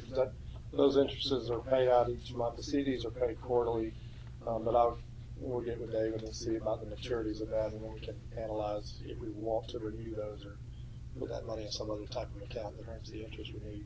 The other project that I'm working on, with you, Mr. Mayor, is the hotel motel fund. So I've worked with the city staff here to get all of that stuff reconciled so that we have it reconciled every month. Currently, the cash receipts when these hotels were paying, it is getting receipted in the system, but what wasn't necessarily being tracked every month was knowing that all the hotels had paid and had paid on time.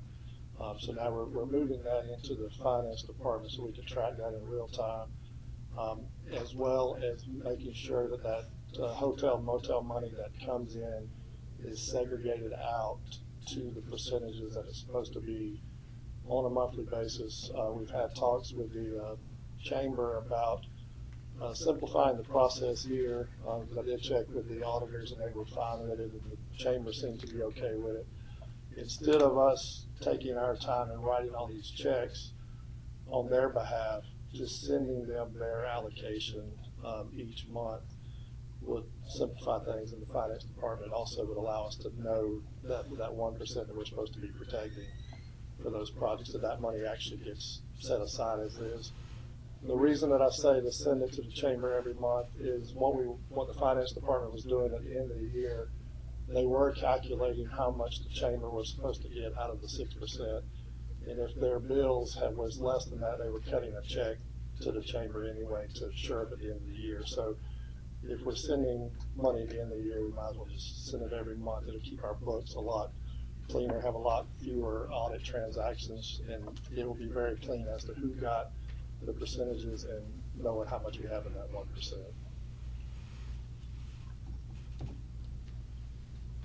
Any questions on that? No question. I do. Okay. All right. If we do that, that is fine, but that will comply with the audit process? Because before that was an issue in 2016. Yeah, I checked with him on that based on the conversations you and I had about that, and they don't have an issue with it going. They don't have an issue with it because the deposit portion The will be audited. The deposit's audited, and then that hotel motel agreement that talks about how that 6% is divided out would be part of the audit. So what they would be looking at is that money that we sent to the chamber, does it equal the amount that they were supposed to get? And then, Okay, so here's the other question. okay. If the city gets 3%, the chamber gets 2%, and there's 1% set aside, which is the agreement. Right. Pretty close. Chamber's budget was 400, let's just round figure it, 400,000. So their budget's 400,000. So 1% represents 200,000 supposedly of deposits based upon the chamber budget. So that means if this has been implemented since 2016, which was before, that's $200,000 a year. $200,000 a year for 10 years, that's $2 million. You take observation platform for, let's just say, 600,000 out of 2 million. Is there $1.4 million sitting somewhere for the 1% in an account? I think you know the answer to that. I'm I'm telling you, it's not there in a hotel motel type fund now. This is why I have a problem with pooled cash. And this is why I say water and gas is not pulling its weight. It's not kept up with appropriately. Because when you pool this together, you got that tourism tax subsidizing the city's revenue. Yep. and it's not appropriate, and that's why I have a real issue with pool Well, cash. I think the issue with that, and one thing that we're working through now, is that the cash accounts were not reconciled on a monthly basis. There's various reasons for that. It's a big manual process. So what I'm trying to work with Sonia and the team here is making those processes easier. Once we get the software, that's going to help, but we still have to have better internal control of the cash that's going on here. And that's why the audit has been such a problem, because you're sitting there trying to figure out cash once a year instead of every month. So what we're trying to do is just implement these things fund by fund, essentially. Like I said, the tracking the hotel motel each month does 2 purchases to make sure that every hotel motel has paid. Because I did see a couple that had a 0 for a month that shouldn't have had a 0. I mean, this is stuff that's in the past, but we're talking about going forward here, and then divide that money out. My recommendation is that we have a hotel motel checking account that 1% sits in. The rest of the money can be distributed who it needs to go to, but at least at all times we would have with our sheet of what's been collected in that bank account would reconcile at least for the current fiscal year. We can go back and look at the prior years and see if the money is still here in some other fund that's just not openly reflected in the hotel. Hotel, in the pool cash. Hotel motel is part of pool cash. Yes, it is. What I'm It is. saying. It is, yeah. Okay. Okay. Mr. Mayor, I need to ask you a question. Has there ever been an audit on how much the motels paid? I mean, how do we know they're not saying they got 75 people and there was 150? I'm just using those numbers. Has there been any type of, can we do any type of audit to ensure that they're paid correctly? So that's a day-to-day that Mayor Pro Tem and I we're not able to get involved in, so we'll have to direct that question to Dave. Can you hear me? Yes, sir. I'm sorry. The GMA has a program that audits hotel motel taxes. And we may want to contact them. They can do what Commissioner Singletary is asking for. Okay. He says okay. Okay. You can take care of that? I'll touch base with Dave about it and take care of it. Yes, sir. Thank you, sir. Thank you. Okay, any other questions, or Mr. Bennett, you got anything further to add? You bring up a good point. It is part of pool cash, and so as part of getting, I'll see if we can recover some of that money for the hotel fund that should be there. May not get all of it, but at least see what we can get. Okay. Commissioner Shea, Mayor Pro Tem. That's Chair, Commissioner, whatever. I want to thank you for accepting the city of Cordele. Fine, but I still think we need a contract with a board. I just want you to walk out next month saying you're tired of us and be gone. You see what I'm saying? I need something concrete, okay? I have You understand what I'm saying, don't you? I need it too, so I Okay. appreciate you Thank protecting you. me. Yeah, the mayor has a contract in his email that we can execute while I'm in town today. Mhm. Okay. Yeah. Okay, thank you. Got it sir. this morning? I sent it to you this morning. Okay. Oh, okay. Okay. You sent all of us? I want to make sure. Did you send all of us so we can review it? Yeah, I can send it to you. Hey, please do. I will. Okay. It's much of the same proposal in a contract form. The but- proposal, that sign on the dotted line saying that you're gonna accept this for 1 year, 2 years, I need I'll be something. here as long as you'll have. Okay, it. that's what I'm saying, but I need them papers. That's good. Cause I might not be here next year, they gotta have something to follow up on, you know what I'm saying? That's good. I'm glad you want me to be. You know I got trust I issues, so you know, No, I'm the it's one. good. But yeah, we plan to, Wesley and I get together today. Oh, I've been on him about it, he'll tell you. Well, what if I just print it and then we have it on our agenda for the next meeting, so everybody have time to approve, read it? You can print it if you want, but I wanna read before you print it, send it to me, please. I'll All right, send you a we'll copy. send it, no problem. Either way, me or him will get it. That's right, okay. You want it too, don't you? Okay. I want you to tell me what it says. Okay, I will, baby. Believe me, I read everything you're saying.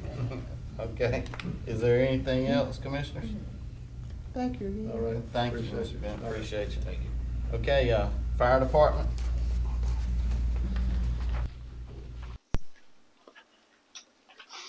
Good morning.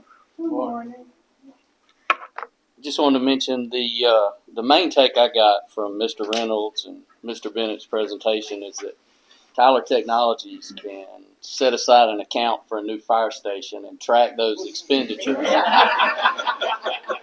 So I think it would be a vital tool. So moving forward, goals and accomplishments. Goals, as always, to provide the best possible service to the citizens and visitors of Cordele through professionalism, extensive training, quick response, effective emergency mitigation, community risk reduction programs, and community engagement. As far as accomplishments, you see a list there of some of the meetings I attended. We've also, during the month of March, completed all of our hose testing. That's just our annual pressure testing for our fire hose. We are working on our annual maintenance for our extrication tools, and you'll see us out right now doing hydrant maintenance. And what we're doing is cleaning around them, cleaning the hydrant itself, and then going back and painting the ones that need to be painted. So that's something we do yearly. Now, reporting period for our calls, February 20th through March 30th, we had 170 total calls for service. Calls of interest there, we had 104 calls for medical assist. We had one call for a vehicle fire, 11 motor vehicle accidents. One of those included an extrication, and we had 5 structure fires. That completes my report. Okay, Commissioners, y'all have any questions? Okay, thank you. Thank you. Okay, human resources. So I'm just going to hit a few highlights for the month of March. On March 5th, we conducted interviews for the water sewer tech position, extended employment conditional offer. They started on March 18th. Same day, we conducted interviews for the vacant natural gas technician position, extended an offer, and they started on the 23rd. March 6th, we received the quarterly random drug screens. All were negative. March 17th, met with Jan Horde, excuse me, with Corvelle, and we went over open claims, and we have 6 open claims. 2 are scheduled to be closed. March 23rd, received the immediate resignation of lieutenant, in fire department. We also started the in-house applications for that on March 30th. March 24th, attended the Career Tech Agricultural Education Board meeting at the high school. March 30th, exchanged calls with Michael Shirley concerning new and ongoing claims for, insurance. That's all I have. Okay, Commissioners, are there any questions for human resources? Okay, thank you. Municipal court.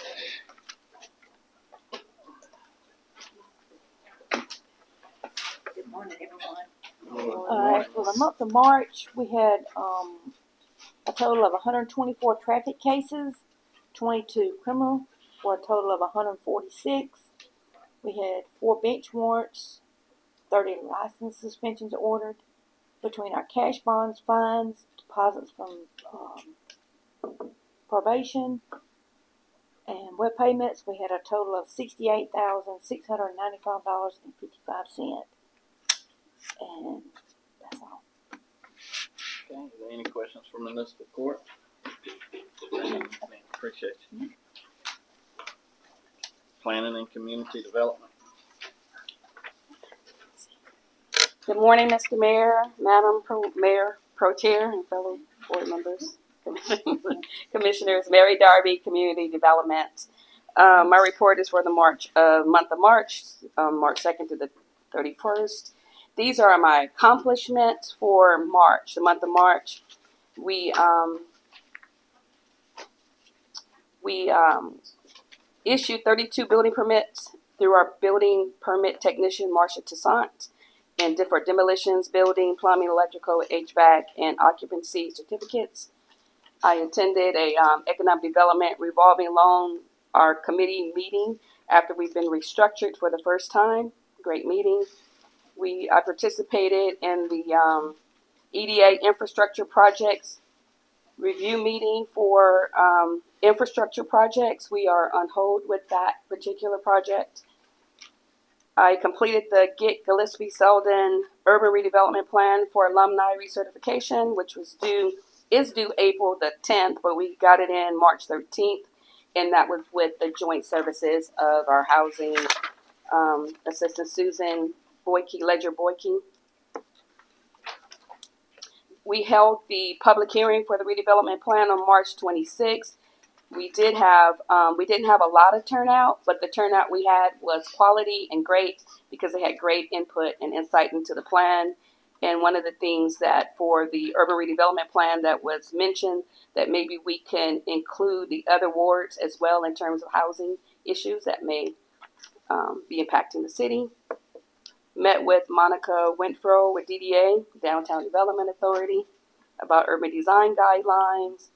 Attended the HPC March 26th meeting, and they have agreed to assist with the design guidelines, as well as I reached out to River Valley Regional Commission, and their assistance is still pending. I have received 3 requests for proposals for our zoning ordinance rewrite. Those are being reviewed. The goal for that is to at the June meeting, to prepare what those RFPs came in by which consultants, and then to select hopefully a consultant for in July. We're still working on our zoning map update. The goal is to have a public hearing in May. In June, present to the board the proposals for the zoning map updates and move forward. Pre-application project meeting updates. You have a handout on all of the projects, and they're pretty much still on target. And then I attended a lot of hearings and meetings. You have any questions? Okay. Ms. Mary, how things going with Felton? That would be 505 West 16th Avenue. Mm-hmm. His site plans have come in. They have been approved by all of the operating departments. They've been approved by the Historic Planning Commission, approved his elevations and his 6 bays, and he's moving forward. He has submitted his building permit plans. I'm not sure he paid his fees, but he has submitted his plans. And right now, I understand that Mrs. Felton is working on the signage, for which unfortunately has to go back through HBC. I wish it all would have come in at one time. Okay. And so for that, mostly we're moving forward. Okay, good deal. Mm-hmm. Great. So everybody that's got anything to do with Mr. Felton has approved that going forward. Public Works, or all of the divisions of Public Works, codes, planning. Yes, so yes. I got, Mr. Mayor. Yes, go ahead. 7 Brew. Okay. You want to update? Okay. I want to update because I'm getting it from a lot of citizens. Okay. They heard and they want to know. Okay. 7 Brew, 1015 East 16th Avenue. The land disturbance permit was issued on March the 9th, 2026. Once the land disturbance permit is issued, that means that all operating departments have signed off on it and they have been approved to move forward. Building permit applications have been submitted to our permit technician as of March 27th of 2026. And I reached out actually on March 27th to inquire about 7 Brew and them advancing the project. That's all I have on 7 Brew. So I haven't received a phone call back, but I have reached out to them to say, hey, we're ready to move you forward. Where are you? Okay. Oh, great. Okay. 403 Bar and Grill. 403 Bar and Grill, which is located at off of Frontage Road. We are waiting on fire building and approval, but most importantly, we're waiting on the state fire marshal approval. So we have not moved that project any further because of that.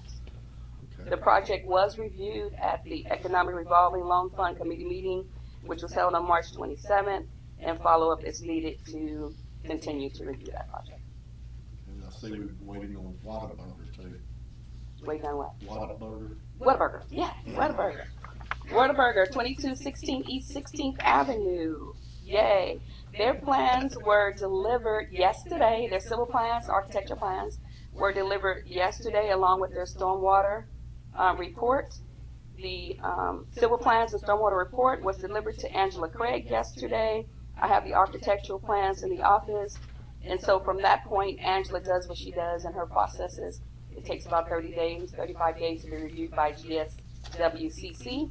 And after they review it and if they approve it, then she can issue a land disturbance permit, provided that all the other operating departments sign off on it. And then we can continue to move forward with building permits and expedite the process further. One more, racetrack, Highway 300. Yes, racetrack. I know there's a lot of hiccups on that. The racetrack, which is also located off on Highway 300, their plans were rejected by GSWCC. So they had to resubmit their plans. Their plans were rejected on March 25th, 2026. They are resubmitting their plans to go back through GSWCC for review. Also, they have a sign application pending. And they went before the Planning Commission for subdivision on April the 6th. Okay, could you just explain that GSWCC for the public, please? The Georgia Soil and Water. Conservation. Thank you. And that's basically where they're going to add soil on there. Yes, before they can deserve, any dirt, anything. Yes. Mm-hmm. Okay, are there any other questions? Anybody want to build anything, they need to come see you, you'll help them with it. Yes, so I've been getting really good calls in, and we've been having pre-application meetings. The team that I have for pre-application meetings, Public Works, Fire, Code, Police, they've been really, really good. They've even educated me as we move along, what I should be looking for when I get plans in, so I'll know if I need to return them right away. So the team has been awesome. And so my only question that I would probably have them for, because I just started presenting like an update on the project, so if there's any way that you want it a little smoother, a little bit more detailed, I can provide that. But this is my first time providing David with all of the projects and what's the status of them based on all of the departments. So if there's anything that needs to be tweaked, I'm flexible. Could we, Mr. Mayor? Go ahead. Could we tweak the whole community development to make it under one umbrella, like bringing in maybe, put codes back up under it, bringing in all the other departments more under the direction of one director, boom, boom, boom, and it's going, because now it seems like, from what I'm getting, it's splintered, you know, and is there any way we can put it under one hat? Because I know there's a lot of other cities that have one hat, I'm gonna say one hat, one director, and they got somebody that can pretty much hold the developer's hand and walk them through the system. So, Every city's different. professionally, I don't have a problem with that, and I can handle it. But of course, it would be up to our city manager how that looks. But I'm flexible, and I'm willing to do whatever we have to do to advance the city.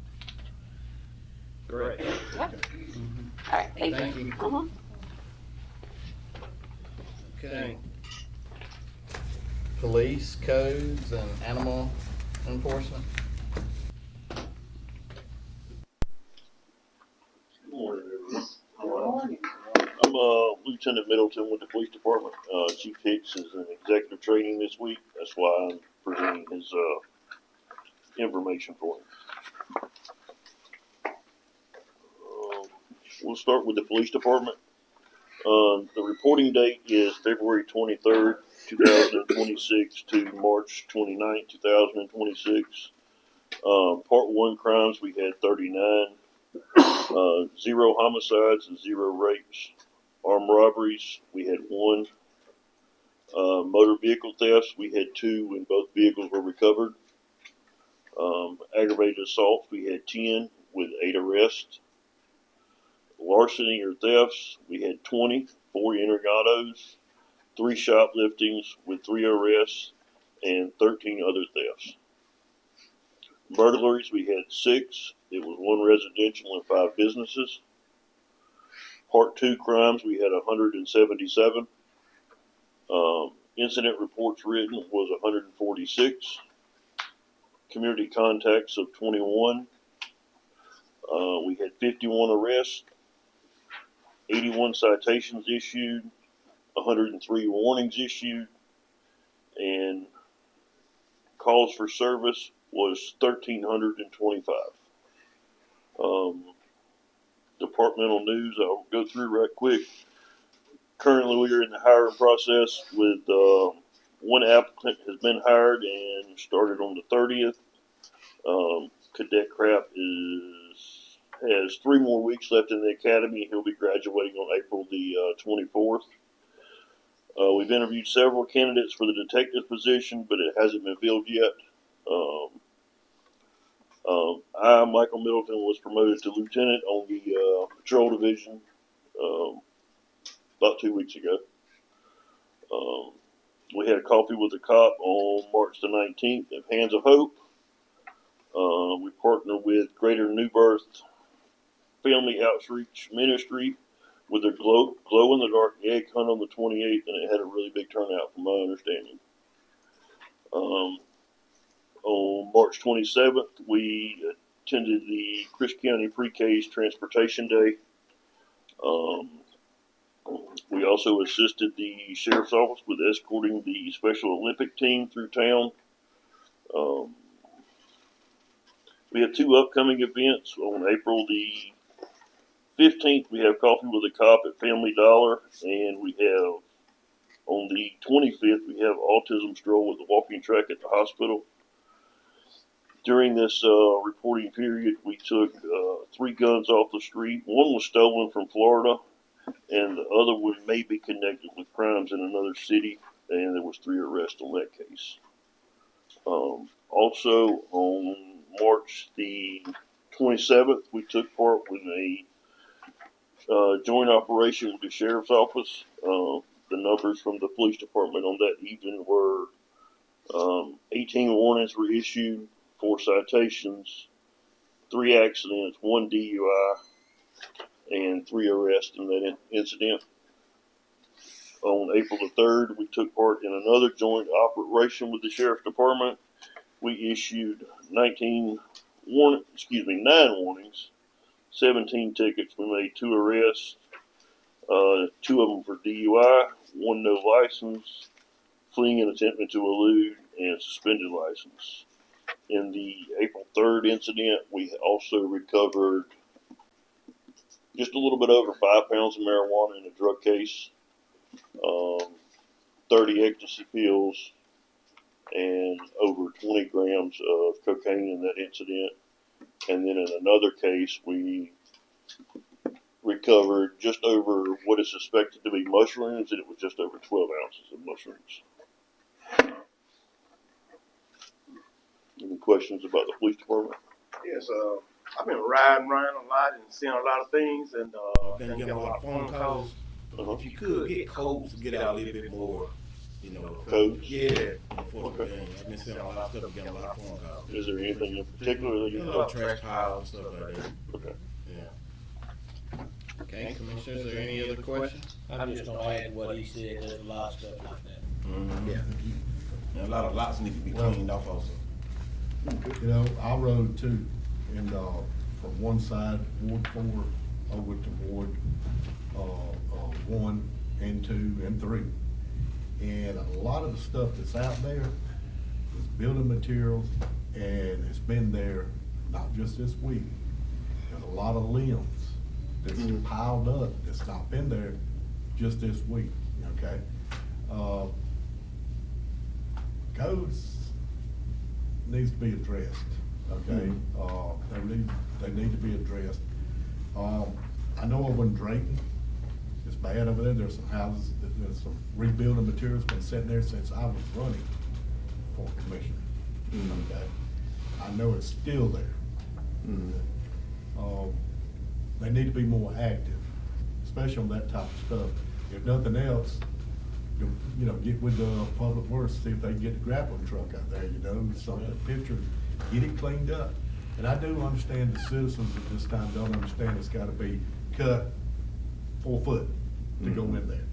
But I also don't understand, mainly over on around, I'll say Ward 4, there was a bunch of bushes that were piled up, looked like a landscaper had cut them. Okay, and cleaned up somebody's property. Where's codes at riding around looking? Yes, right. Okay, that's what I'm saying. We're not seeing that. The alley over here that was cleaned up, one they call the dump over there, the back 40 right there, that's starting to pile back in there. Okay. You know, and it's just a continuing. We want to be an active commission, not a reactive commission, okay? And there's a big difference, reacting all the time. Yeah. Okay? Being proactive, step up, if you see something, say something, do something, okay? Because we can only do what our department head, city manager know about. Okay. And we got to have, and if the law enforcement see it, a little touch of will, you know, and pass it on. Okay. You know, we've got to start cleaning up, because we, as Miss Mary said, we have people looking. That's right. And a clean city means business, and they're More seeing jobs. it. And Cordele is prime, because we're a loving community, I'm being honest. I mean, we are, everybody gets along, you know? We have our hiccups, just like any other city that y'all, I must commend y'all handled this past couple of weeks very well. I've been Thank totally you. impressed. Thank you. Even when you got lieutenant, I was impressed. Congratulations. Thank you. Commissioners, is there any other questions? I just have one thing, David, on this topic. I guess now's as good a time as any to talk about that. The city has an arrangement with the landfill where for 50 years, we get trash service. But when our grapple truck runs out there, we pay that tipping fee, correct? That's right. Okay. So these problematic debris piles that are being discussed right here, is there a way of contacting the landowner of where these are and our grapple truck getting this hauled off and just talk to them about the fee that we're having to pay at the landfill, because we can't do that for free. That's right. We can't that's why this stuff's being skipped. Because, again, garbage goes to the landfill for 50 years. The city sold its portion of the landfill or in that contractual agreement, which I don't know when that 50 years expires. Do you? It's getting close. It's getting closer, isn't it? I don't know the exact date, but we are nearing the deadline. We need to look at that deadline, because that's another fee that will fall on these citizens, just wham, on the sanitation fee, and for garbage, whenever that 50 years. So we kinda need to be preparing for the. Well, I think that's a long time. I think it's 20, something like 20 years. Is it 20 years? I'll take a look, yeah. So there was a litigation about that, you know, we had it with the county, actually before I was city attorney. Tommy asked me to help him with it, and, but I think there's a substantial amount of time left on that. I hope there is. I'll check. I hope there is.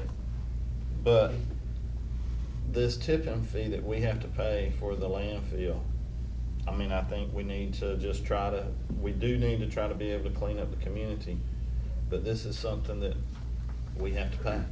But as you know, the grapple truck was not purchased to clean up the community. It was following Hurricane Michael to assist with the debris removal. Because we didn't want to get back into the trash removal business, as we contracted out in 2005. And have been under that arrangement ever since, but it's evolved into us going out picking up trash piles, and that was never the intent. Yeah, but we have to evolve. Hurricane Michael's over. That's right. So we have to evolve to the needs of the community. So I think we need to adapt the grapple truck. Oh, I agree with that. Do you need a Mr. motion Mayor? from? Mr. Mayor. Yes. One more thing, Mr. Mayor. Everything y'all have talked about, actually for a few months, there's an ordinance about it. It's the property owner's responsibility to keep his property, according to our ordinance. The commission will remember that I did a synopsis of that letter to everybody. It is possible to write tickets for that. They might not ever go to court, because I'm sure the court would throw it out, if they cleaned it up before their time for appearance was. So, you know, that's up to the commission, together with the staff to enforce that. But most of the things that you talk about are already been addressed by the commission in the ordinances. Right, that's why I'm sitting here asking about, because a bunch of these citizens can't haul this problematic debris to the landfill. It's just not gonna happen. So the only way we can get it to the landfill is us. So if they would pay the tipping fees or a fee that we're incurring before they get a ticket. Well, we could go back also and readdress the burn ordinance that we apparently have in town that says just about says you can't burn anything, but I think it can be modified so that some burning would take place, and that would help also with the sweeping of the streets and all the leaves that are put out there to be swept up that end up in the storm drainage system and so forth. But there's some modification to that ordinance that should be done that could safely be done for the citizens, and I think that it would eliminate not all, but some of that issue right there that we're talking about. I just happen to have a plan for that I wrote up, but anyway, I won't present that today. Okay. We'll get with our fire, send that to the fire chief. Me and him got to meet anyway real soon. Okay. Commissioner, is there anything else? Is there any way, Mr. Mayor, I might address this to the city manager. Is there any way that codes could possibly go around and inform these people? I rode around and I seen a pile of leaves, A, and a pile of leaves, B, and went on around C, D, having their stuff in one area for pickup. I mean, I would think that it would be codes that, I don't know. Now, I'm asking, it would be codes that would have to address that, where it's laying at, and, on what to do with it. Yes, sir. We can give them codes and come up with a plan to address those issues. Okay. Commissioners, anything else? Thank you. All right, did you wanna hear from codes and animal control? Oh, yeah, sorry, we got I thought we were already through all that. We got all off on all this, so, but yeah, go ahead. All right, on codes, abandoned vehicles, they had 2 closed cases. Construction and demolition, 0. Inspections, 18. Keeping and maintaining disorderly property, they have got 1 open case and 2 closed cases. Tampering with utility property, 2 open cases, 1 closed case.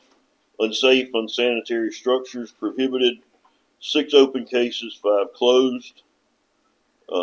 Violations, 4 open cases, 2 closed. Weeds, junk, etc. prohibited, 20 open cases, 31 closed. Other dumping is 1 open case and 8 closed. Departmental news, code officers new, Mercer and Martin attended the code enforcement conference training in Savannah. Code enforcement participated in the GICH presentation and public hearing at the community clubhouse. Officer Martin attended the Keep Crisp Beautiful meeting. Court cases closed this month is 1 utility tampering case, 1 accumulation of junk case, 1 unsafe, unsanitary building case. The owner closed the building and is relocating the tenants. And animal control, dogs and cats in intake, they're reporting 132. 151 of those came from the city. 50 came from from Chris County, and 31 came from other jurisdictions. They had 55 calls for service. Adoptions, they had 8 owner reclamations, 15 adoptions, and 42 rescues. Currently at the shelter, they have 8 cats and 42 dogs. They issued 7 citations and 10 warnings. And they have 0 dog openings at the shelter and 8 cats. They had 5 of their longest residents at the shelter went to rescue. 4 of them went to Florida, and They also participated in the glow in the dark egg hunt that, with the police department. That's believe all I have. Okay. Commissioners, are there any questions? All right. And this has to be to city manager. You ready? I heard that the Dooley County miner is attempting to build a kennel up there now. Is there any way we could grab hold of that and get a contract with them to help us expand ours? With the developer, the contract. With the city or whoever to contract with the city of Vienna, take their animals. Make sure it's correct. Contract with the city of Vienna. For their animals. Because I think we're getting them now anyway. We are. Okay. But they're talking about expanding into their own. Okay. And I'm thinking that if we could, we want to expand here anyway. If they would, instead of doing it there, come in and assist us. It's just a thought now. It's a thought plan. I know you ain't got much to do. But If I understand correctly, you're saying the project they're having in Dooley County, see if they will come down here and do ours instead. yeah, something along that line of negotiation. Because they're coming anyway. They're using our facilities. Why not just get more money out of them? Basically. I mean, revenue, put it like that. Yeah, revenue, that sounds better. Yeah. That's- Yeah. Okay. Thank you. Thank you. Thank you. Pursue that. Would y'all like to look at that? I mean, we're getting our animals anyway. They're paying us a little bit of money. And I think Miss Aiken does an outstanding job out there, so. Well, there's that grant out there for the expand, I don't know where we're at with that. For the, do you know? We've had a contractor come out and looking at some proposals, but we're still far from doing the work out there. Far from doing. But that's any- only on the internal, right? It can't be used for Yes, sir. expansion, That's right. I think. Very right? small amount. Grand scheme, Okay, 45,000. okay. Are you gonna make that in motion form? I can make that a motion if, I mean, if everybody can get the knowledge, look at it, then entertain it down the road.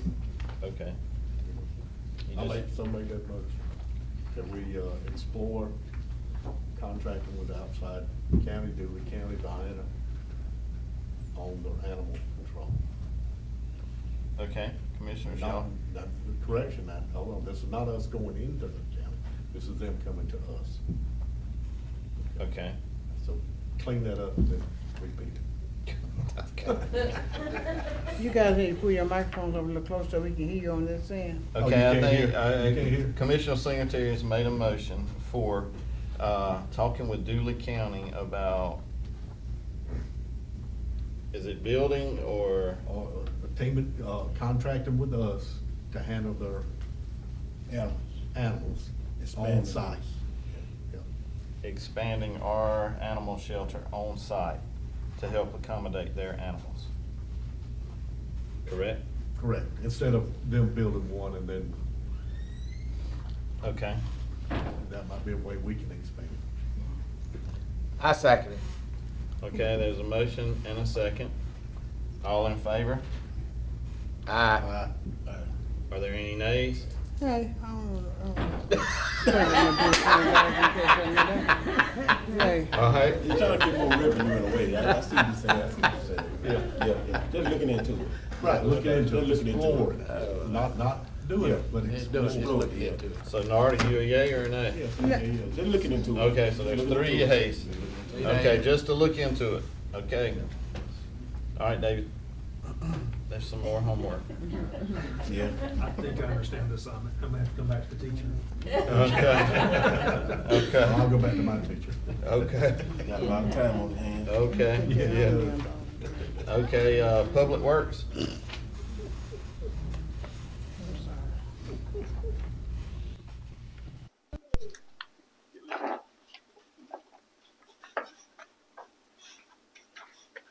Good morning, all. Good morning. This is the report for Public Works for the month of March. Cemetery and parks are getting more ramped up and out cutting on a daily basis, working on the ditches, grass on the right of ways with the tractors and mowers. The engineering department obtained the permit from DOT for the ARPA project phase 3 for when they have to do work along 7th. For the street department, since the last meeting, the street department has been working on in-kind work ahead of the upcoming LMIG project. And the largest portion of that project that they've been working on is replacing some of the storm drain pipes under 11th Avenue and 12th Street at that intersection. They're doing that work now to prevent having to dig up the new pavement when the new pavement is put in that area. And they're also working on trimming and repairing the alleyways as well as cleaning up more of the ditches. For water and sewer, since the last meeting, we have been working extremely busy on a bunch of calls on a daily basis, whether it's a sewer stop or a water leak. We also was able to get the new installation for 1812 Quail Run done for both water and sewer for that resident, and we just received the next house on Quail Run that's fixing to break ground soon. We just got notified that they have paid all their fees, so I can get out and get locates called in for that one to be done as well. We also have been able to get the installation of the isolation valve for the ADS project, so that when they need to work on their fire line system, instead of shutting down a bunch of valves where it affects residents as well, it just affects ADS now. So the residents won't be affected by that anymore. And they have ADS has already scheduled 2 shutdowns with us, which have both been completed. And they're supposed to let me know when they're ready to do more shutdowns for their fire line work that they're taking care of now. We also had a pre-construction meeting with the contractor for the ARPA project phase 3 on April 2nd. They received the notice on April 3rd to proceed, and their tentative start date is April 13th for the ARPA project phase 3 to begin. And that's all I have, unless y'all have any questions. How's the alley maintenance come in? Do they have a date of completion? And I have people asking me about it. We're gonna put the trash back in the alley, so I was just asking how the alley maintenance coming. I will have to get with Kobe on that and be able to get back to you on that, Commissioner. Okay. Now I got another question. Yes, sir. The sweeper. Have a lot of people asking, do we still have a sweeper? I'm like, yeah. Yes, sir. We do have a sweeper, and he's supposed to be out working through the city. And that's another Kobe question that I'll have to find out from him. We haven't seen him in years over on my side. And I did mention it to him the last time when you mentioned that to me last month. And he told me that he was putting a note on that operator's time card to go over there the very next morning to start working on that area. And whether he did or not, I could not answer that for you. And just ask him, can he put him on a schedule? Or if not that, see if we can get him, train somebody else. Just, if you don't want to do it, or it can move people around sometimes. It's bad. Yes, sir. And these gutters look real bad. It just need to be cleaned up. Yes, sir. They've been going on a little too long. I will address that with Mr. Kobe this afternoon. Okay, appreciate it. Yes, ma'am. Also verify with him. Sometimes this guy works at night, so we don't just run in the daytime. He's been out at night. I've seen him when the traffic is slower. The street sweeper will be out. Sometimes we're sleeping. He comes out at 4 a.m. Sir. He comes out at 4 a.m. Yes, sir. That's what I'm saying. Yeah, he starts Sometimes at the 4 a.m. citizens, when I see him, but you can hear him. Sometimes I hear him. You know what I'm Right. saying? Yes, So I'm ma'am. not trying to, I don't know what his schedule is like, but if it's easier for him to work when everybody's parked and out of the way, I don't know the schedule like you say. Yeah, but he don't come over there at all. He normally works 4 a.m. to about noon time. And other thing, is he doing the main street or he doing all streets? That's another, It's just, you know. exactly. He ain't doing it on my side in Supposed to be doing years. all streets. Huh? Supposed to be doing all streets. Okay. We're looking at GPS to put on the streets when we get. Now, some of the streets, Mr. Finn, you can clean every day and they back dirty today, okay? But he ain't been over there at all in years. Ain't nobody Okay. seen him. That's the problem. Nobody seen him. Okay. I got a question, Mr. Mayor. Okay, go ahead. Going back up to Quail Run, is that in the city or in the county? City. That is part of the city, it's, that I understand, yes, sir. It's part of the city. Yeah. I guess, I know what he's getting at. Okay. What am I Is getting that at? part of the city that pays taxes or don't pay taxes? Cause we got about 130 county islands that are inside the city. Still have, they've been there since I was a deputy sheriff. We used to have to stop place to place to place like this right here. The theater was in the city, right next to it was in the county, right next to that was county, then city. You know, we've got that still. That's a mess. But anyway, that's another question. I digress. That wasn't what I was getting at, But- but that was good though. You like it? That was good. That's something we need to correct.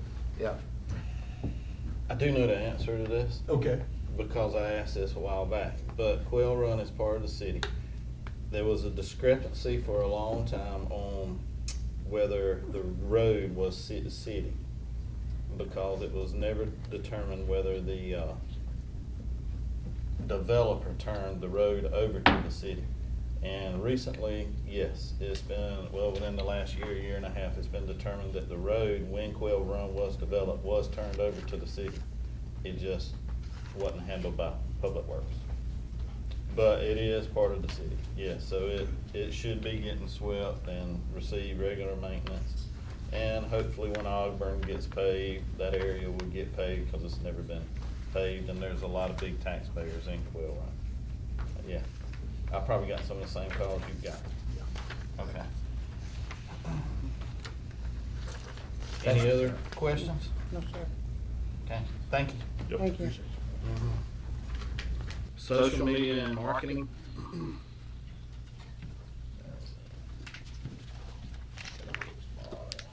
Good morning, everybody. In addition to the report that you have in your packet, just would like to add just a few little quick things. I attended the Government Communicators Quarterly Conference in Perry last Monday a week ago, networking with statewide peers and talking about municipal communication strategies. One of the things we talked about was AI in the communications of the city governments. We participated in 2 children's reading events with the Mayor Pro Tem, the Honorable Vestibule Shepherd. We were at Cordele Crisp Carnegie Library, had a big time there. Really had a good time at Fort Valley State Head Start, and we were received very favorably in those particular events. Country Trails and Camping Tales is coming up this week on Thursday night through Saturday night. We prepared a promotional interview with Dr. Alicia Ritchie for this weekend's event. Economic development, we attended the ribbon cutting for Mama Dim's Soul Food and Catering on Thursday. Commissioners, I'm also glad to tell you that when we talk about digital excellence and website accessibility, your website, the .gov, has been active now for about 6 months, and we ran an accessibility study on that, ADA accessibility study that would tell us if we are accessible to all citizens. And I'm glad to tell you that we did receive a very favorable accessibility rating, and it'll just be our responsibility to uphold that rating. So I'm glad to tell you that it is inclusive for all. Other than that, Georgia Cities Week, April 20th through the 25th, we've launched a kids coloring contest. The launch date was April 1st. It is for 1st through 4th graders. There are packets downstairs at the finance office there at the customer service window. We've also invited students from Crisp County Primary, Crisp County Elementary, and Crisp Academy to participate. And those packets, as I say, are downstairs. They're also downloadable on the .gov website. There will be some other Georgia Cities Week activities coming up that I'm sure that the interim city manager will talk about. Other than that, that is my report, and I'll be glad to try to answer any questions. Okay, Commissioner, is there any questions? for social media and marketing? Okay, thank you. UC&T? Good morning, everybody. Good morning. I'm going to tell y'all the good news right off. I want y'all to meet my brand new Class 1 wastewater operator, John Wright. He's now legally able to run the wastewater treatment plant. Great. I'm thrilled. Anyway, all the I've seen him before. Oh, have you? Okay. Okay, well, we treated 53 million gallons of water for the month of March. We treated 83 million gallons of wastewater for March. That one morning we had that 1.5 inches of rain in like 30 minutes. It deluged the treatment plant later on that day. I've seen all kind of rain events and all kind of things happen, but that was odd. I mean, we watched it all day long, and sometime around 3 or 4 o'clock that afternoon, it's like somebody opened the gate and let it come. We were running 4 million gallons the next night, or that night later. It's a mess. We still have problems to address. But anyway, we filed the quarterly report for the HMGP 4400, and this is the grant money for the hazard mitigation grant we got for the generators. Got the generator at the treatment plant, and we've got 2 ordered, one for Penuel and one for Highway 90 well. It's the first time since this grant's been accepted that the report was filed on time. We filed it ourselves. But we've been to a lot of pre-application meetings in the planning department and other departments. We did also go to the phase 3 with the Inliner Solutions. And I was just wondering if you would like to talk with a company about a water rate analysis. It won't be a study, it'll be an actual statistical analysis of where we're at, where we're going to be, and where we're going. What would it entail exactly? It will entail everything. What we're billing now, what is projected in your capital improvement plan, how you're going to pay for it. I mean, it'll be an in-depth thing. And he can do a Zoom meeting with y'all if you're interested in a couple of weeks. Is that your, is she recommending? It costs $8,600, $8,640. Is that, okay, so you're asking. I mean, if you want to proceed, if you want to see this. Okay, for $8,600, do a rate analysis. Mm-hmm. To spend $8,600. And you think we need it now, or maybe after Tyler, or we can get some of that? You've got to go up on water rates and sewer rates. You know you do.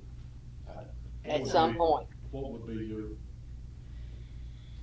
recommendation? I would like to see exactly what he's going to project out, because he'll project this out for years. And where will you stand in 10 years, 5 years, 20 years? And he could do it all by our billing records and our capital plan, whether it's actually budgeted or what you know you've got to have in the next, say we do a 5-year plan, and then we got like a 10-year plan. Well, 5 years we've gone nowhere in the capital stuff. So, there's a lot of things that need doing and addressing. And I would like to talk to somebody immediately about the 2017-18 SPLOST, since there's money in that account. No, we've got to have a new SCADA system, and we've been saying it for a year, but now it is to the point of no return. We've got to have it. We've gotten quotes. We've picked a company. They're just waiting on us to give them the go-ahead. How much does that cost? How much is it, John? The actual system is like $138,000 total to install and everything would be $250. Maybe not quite that much. To But cover all your bases. yeah. But we have to have it installed by our electricians, so they'll be on board with the maintenance that it will need in the future. If any. And something's going to happen. Lightning's going to strike something. So let me ask this right here. Is there a way you could write down these needed projects? So once we get through our audit and we can determine where the money is, if it's earmarked for this, on which projects we could possibly, or how we would fund them. I don't think we could really determine financially what we could do based upon the SPOS, because we gotta see if it's earmarked for infrastructure or how that balance was earmarked. Do you know? That's part of that reconciliation of total project value that's left. Okay. I believe the 2017 SPLOST was written more broad-based, you know, for infrastructure or wastewater or water improvements, where we were told for the new SPLOST, give me a list of projects. So supposedly we are legally bound to those projects. Well, I have a $400,000 transfer switch in that list that was approved. I don't want it. I don't need it anymore because of getting the generator at the treatment plant. It came with the transfer switch, and I think we can deal with that problem another way.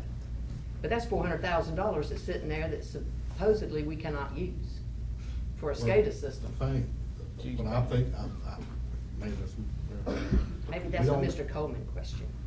Yeah. It is, but the thing I'm thinking is we really don't know where the funds are. I'm putting it straight up. We know they're in these locations, but we don't know if they've been utilized and not documented. Yeah. For whatever.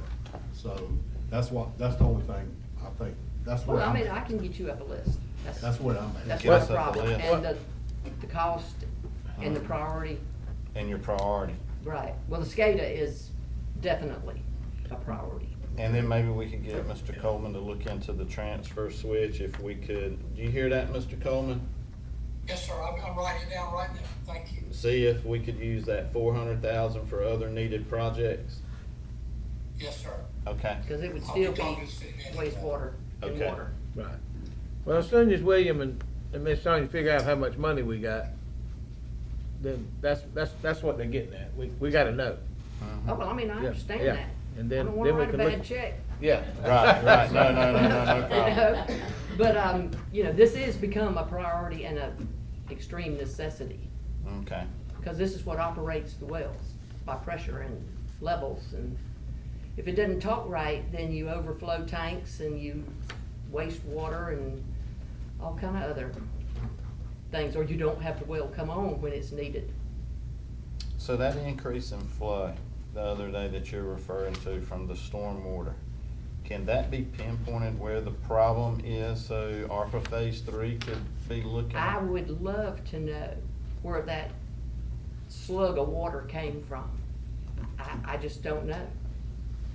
I mean, it would almost be like there was a manhole off in a bottom somewhere, and when it rained that hard, it all went there and the sewer took it right to the treatment plant. I mean, we get leaves. Well, we got a beaver one day. I mean, you know, he didn't come down the toilet. I mean, he had to come in a manhole. So, you know, where is it off? I don't know. We've got manholes in some places that I don't even want to walk. But we have had people to do it, looking for stuff. But yeah, we're gonna be looking. Behind the hospital? Oh, well, Old all that. hospital? Well, see, there again, a lot of that's not a big problem, but that main trunk line that's just north of there has been slip lined. But you can get so much flow in a line that it'll blow a manhole off. And then if it's low, it just takes all the groundwater in. You know, if it's not bolted down. Now, a lot of them that are in bad areas, we raise the manhole up and then we bolt it.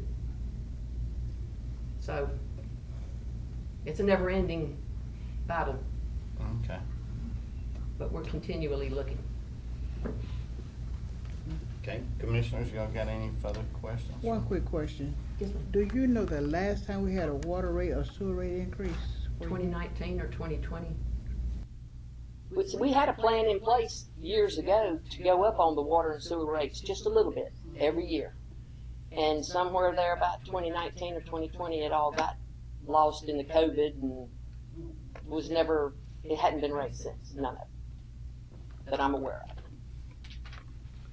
This report you generated me on the 200 million gallons Water audit. water audit. That's That- 200 million gallons we pumped that they didn't bill, that just went somewhere. Is that, Yeah, and it's not all leaks. I mean, it's not leaks? I don't think so. I mean, we've had some leaks and we've got one problem one we haven't fixed yet, but it's not that kind of water. How's that billing number determined? I get that from finance. They take everything they build in gallons. Now, those are gallons, not money. So, you know, we record what we pump every day. And we add that up, you know, for a monthly lump sum. We keep up with it by the year. We calibrate our meters once a year. They're very accurate. We have never had one that was way out. What they give me, I don't know, it's getting it from that QS1, it's like pulling I was teeth. about to say. I mean, it's not their fault. It may not be completely. Well, we had to go about it about 3 times for 2025 because what they were giving me didn't make sense. For what was, I mean, I've been doing this water audit since 2010 or 2011 when that Georgia Stewardship Act came out. And it's not getting better. If anything, it's getting worse. But like they said, Benny Tom and Mr. Ritchie did do that GPS of every single water meter in the city several years ago. And I think that's where we need to start, is to log those by address and GPS site, and then see what we've added the last few years, because there's a few new services. But you ought to see the numbers of inactive services. It's hundreds. What? Maybe 1,500 inactive services. Well, you get counted off for that in this water audit, in the voodoo math they do. It's a potential loss for every single inactive service is a source for a potential loss. So if a house burns down, they go and they pull the meter and they cap it off right there, but they don't cap it off at the main. Because why? Somebody might build one back, you know. You just put another meter in and run a new line and go for it. But it's such a discrepancy every month in inactive services, it doesn't make good sense. Because I have to account for both active and inactive, and I've got over 6,500 meters by our count. We also have about 30% loss rate of natural gas as well. I do believe it's a software and a billing issue. Like Debbie said, we can't get the same numbers twice. When we query QS1, I think Commissioner Singletary and I ran into this just last week. He asked me for a number on Thursday, and I had to call him back yesterday at 4 o'clock. Scratch that number, it's wrong. So I'm hoping if we go with Tyler Technologies, this will find some of the loss ratios that we're experiencing. Because I do believe a lot of it is in the billing. Mr. Reynolds ain't got to sell this thing right here. Y'all selling it. We're selling it for it. We'll be looking for a commission check for it too. Yeah. Well, see, our stuff ought to separate residential, commercial, and industrial. Well, I think they have finally separated residential and commercial, right? But industrial's not. But I have to answer that question every year on an EPD survey. They want to know the exact percentage and the usage. Well, I have to give them the best I can do on industrial. We don't have that much, so I can kind of do it, and I get somebody to pull me billing records, and that's how we do it. But I'd like to see an increasing block rate, which the more water you use, the more you have to pay for it per 1,000. That way, these industries that are making big money can help fund the water fund. And you're not hurting the residents at all. They're paying same. That's the key right there. That's the part that I like, is that you do it prorated, but you're doing it on You do it the on high large side. Yes, consumption. yeah, you're not doing it on. I mean, you do it in tiers. You know, Right. so many gallons to so many is that charge, and it gets bigger and bigger. And if you've got a household that's sitting here, even if it is a residential, and they're wasting water, like you got a house that's got 2 people in it and they're using 5,000 gallons a month, they're wasting water. I mean, there's no way Well, they could use 5,000 gallons a month. Ever since we have started really getting on the water conservation and preaching it, and a lot of people, $3.09 plus the availability fee, that adds up. Cause you pay for sewer, same rate, same amount of gallons, whether you watered your yard or not. Okay. We're So- one of the lower areas for water. Oh, we're Very cheap. low, we're very low. Is there a way, that you got a suggestion, is there a way to work up a plan that you can do? Well, that's, this company that will give you a presentation can show you real quick. But, I wouldn't wanna propose a rate. I mean, I just don't have enough background in that financial part. But I would say you need to go up at least 10 or 15 cents right off the get-go on water and sewer. And then go from there. And then get you back into a plan every year where it doesn't hurt. 10 and 15 cents, I don't know, you'd have to do the math on that right quick. What would that generate? 2-cent increase is $8,000 a year on water. That's it. That ain't enough. No. No, that ain't enough. All right, David, I guess between you and Mr. Bennett need to get together and find out about this SPLOST money, the excess SPLOST. I'm assuming that probably this excess SPLOST, or the SPLOST that's sitting in the account is probably the SPLOST based upon population split from an under, where the SPLOST overperformed. And it was split with the county 50-50. It was supposed to be split by population. Need to find out if we can how we can spend that money. Cause if we could spend that money on water meters, and cause my understanding is some of these water meters are 30 to 40 years. Well, I was told by Benny that we've got 1,300 water meters that are over 30 years old. So They should be taken out of the system yesterday. Okay. So, I mean, if. I don't know what a water meter costs, somebody said 100, 125, but that's not the AMI meter, that's just. But if we're switching to this software, it seems like we need to be getting getting something that works with it and try to find some money to implement, because we need to figure out our revenues. And if our revenues are paying for themselves. So this 200 million, so you get with the finance department on an annual basis, is my understanding, with this water You're loss right here? They get me most of the numbers that we use. Annually, not Yeah. monthly, an annual. No, we do it annually. Annual. I used to keep up with it monthly, back before the days of this report, just so I would know about where we stand. But the way the billing is, it's not the way we run the wells, monthly. Their billing lags over, it's not an exact 30 days. So over the course of a year, it probably all works out. So this money, right, this is basically the annual adjustment to make the deposits work out, is how this number's determined right here. No, I can't tell you that. That Oh, I can 600 tell you million that, because if is you do my an number. annual adjustment based upon water, gas, and you're trying to make all your deposits match, your revenues match. So evidently, this is how much estimated water we sold to make the water rate balance. Well, this is what the computer program spit out, what was actually built. Actually Of course, it built. has nothing to do with gas. And okay. It's Gas, an it doesn't annual- even come into this play. Okay, that's why I don't like pool cash.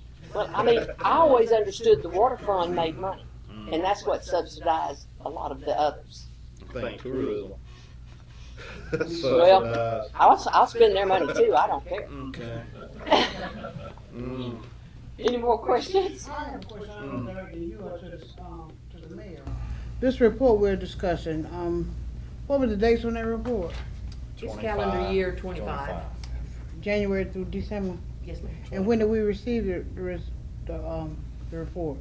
I February? generate the report. You generate the report? And I have to send it in to EPD by March 1st every Yes. year. Okay.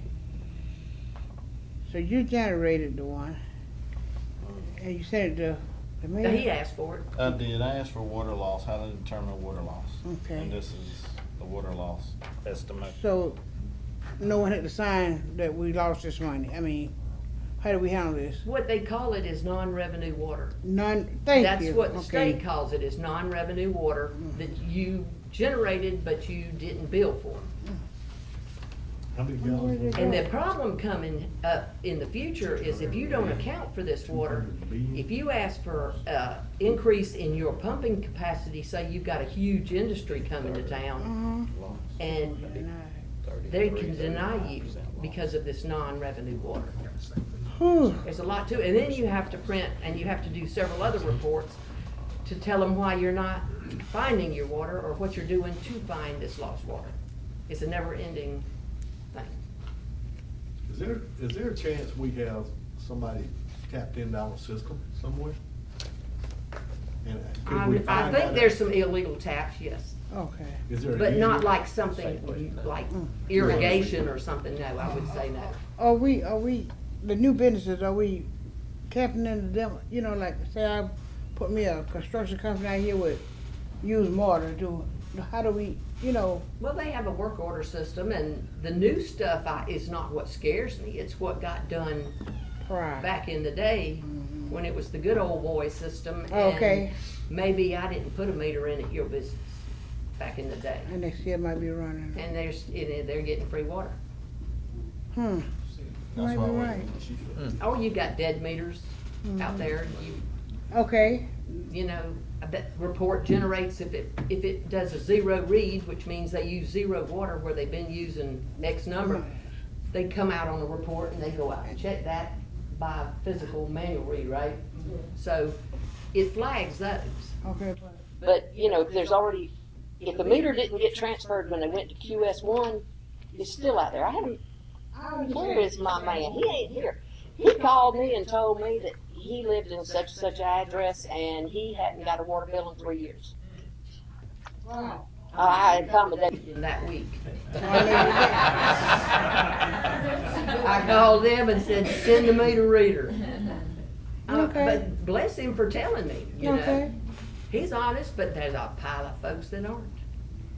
So it would have to be a hands-on audit, I mean, house by house to correct it. Is that what I'm understanding? Well, what you need to do is take the GPS stuff from Benny Tom Okay. and do it address by address through the billing system to be sure all those meters are there. And I'm assuming they did the ones that were inactive. They mapped all meters, is my understanding. That's what I understood, and I thought it was wonderful, because they all have a GPS coordinate, Do you think which there's- could be incorporated into a new program, which would be really nice. So Do you if think- it ever came out of the system, like say 2 lots were consolidated, you did away with 1 meter, you could take the second meter out of the system, we lose 1, that's great. Because like I said, every Well, your connection. prior statement, you said back in the day, do you think maybe house A was built, house, C was built, and all of a sudden they put B in, and he just tapped off? Is that what you're It's saying? possible. It's possible.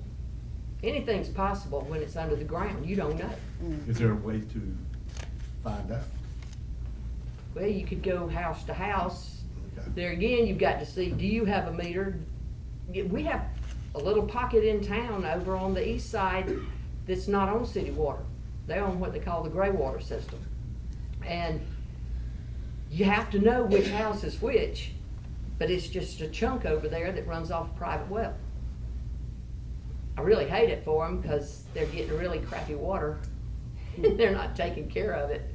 But it'd be nice if we could put them on city water. But they've got septic tanks. So, you know, I don't know. There's a lot of things you could do if you had the time. And the staff. You talking about 28, 29, 30th and 31st Avenue? It's somewhere around 26, 27, 28. Mr. Oh. Gray, Charles Gray used to own I it. got you. And it's just a little chunk right there in the middle of all those neighborhoods that's not on city water. Okay. Your water bill was one I was concerned about. Remember we discussed your water bill. Yours was one that he and I discussed. Tell him about your water bill. I said, what? His water bill less than mine. Oh, yeah, well, I mean, it's about a penny a gallon. I mean, it was actually 0.8 cents per gallon. if you, so it's like 1.6 cents per gallon if you divide out the, well, point 0.8 cents on the water side and 0.8 cents on the sewer side. So it's like 1.6 cents per gallon. That's what you get for being mayor? No, that's just I'm what just my checking. water bill, at 3,100 Well, you see, your bill's gallons, it by the was thousand. 3,100 gallons, and it was $27.90 something cents. Well, see, most of that's your availability fee, unless you're talking about just consumption. Well, that was consumption, best I mean, that was my Cause you got an water. availability fee of $14.25. Y'all know? 11? It depends on what all services they got. Well, you got an availability fee You divide plus that your to what about? consumption. Hey, tried that, I'm gonna have to go look. We were just curious. I mean, that's cheap though, I mean, water, Water is, a penny a gallon, that's pretty doggone cheap. for us to produce water, it is fairly cheap. My daughter's house was built by Mr. Charles Gray, so was she on that water? No, she's got city water. She's on 27. Yeah, she had a broken main one day and at night, of course. Is that an old true up well system or something? Is that what that is? No, it was Charles Gray's system. Oh, He put it in and it's permitted by the state of Georgia. Okay. He sold it at one point. I won't say who bought it, but, ooh, Well, he's dead though, ain't Charles Gray, he? Not the Charles Gray I'm talking about, yeah. probably. Yeah, I mean, he built a house in 1960, he got to be dead. Well, anyway, he ran it and then he sold it to somebody else. And anyway, I tried to help him a little bit on the side and no, it wasn't in my best interest at all for what was going on. Okay. So then, what do you propose that we as a commission, as a city, to find out what this non-revenue water is going, do we need to enlist a engineer, do we need to enlist a service connector, do we need, what do we need to do? Well, we did a leak survey years ago. We got grant money to do it, and we found several Huge leaks. I mean, they put little apparatus on the hydrant and then tap onto something else, and you listen to it through a stethoscope, and if water's running in that main, it screams. I mean, we found one over here at the old Waterworks building. It's been leaking I don't know how long. That's why that grass is so lovely and green. And, you know, it's just, you know, it was grown up, out of sight, out of mind, place we never went. And we were losing a good bit of water there. I mean, over the years, we have found some huge leaks. It's just, you know, if one ever hits an underground cavern or something and doesn't surface, you will never know about it unless you do a leak study. So let's just take baby steps, get the finance department running, and then we'll move on from there. Right. Yeah, and just write us down what you need, and the city manager and city attorney will determine what proceeds we have to get you your. Well, that would be awesome. If we could just get started with that, that would be How we great. can get you what you need, because infrastructure is very important to all of us. Well, every bit you lose is money. It's money, non-revenue money, and your water meters in your cash register. So, Look, here's the truth. At the state level, people's homestead homes are going to be exempt before long.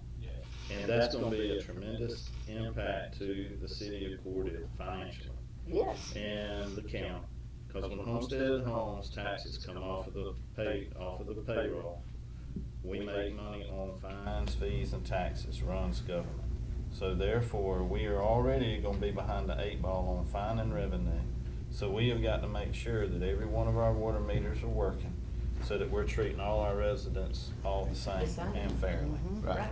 So we all have to treat everybody fairly, and if it's implementing these water meters, if we got the proceeds, that's what we need to do, because we have got to balance our budget. And our general fund has got to carry itself. So the general fund is gonna be taxes, water, gas, and fees. That needs to be our pooled cash, period. So anyway, But just remember, sewer costs more to treat than water, that's right. and you're charging the same for it. They used to charge less for it. At least we got up there to the Maybe we'll same. get that in your $8,600 rate. All right, I'll be sure to Yeah, tell that's them. right, implementation. Okay. Thank you, Ms. Debbie. IT, we lost Brandon. Yes, sir. Oh. I apologize for that. you had to step out for a minute. No problem. Yes, sir. Brett Lavender, Interdev, Mayor, Mayor Pro Tem, Commissioners. I know Brandon prepared a report for you, and it's a really good one. It's real positive. So I'll start out with that. Of course, there's been a lot of good work going on. Brandon's been, use the word killing himself, but you know he has been. You know he's been around. He's been digging into a lot of things. There's been a lot of good tickets he's worked.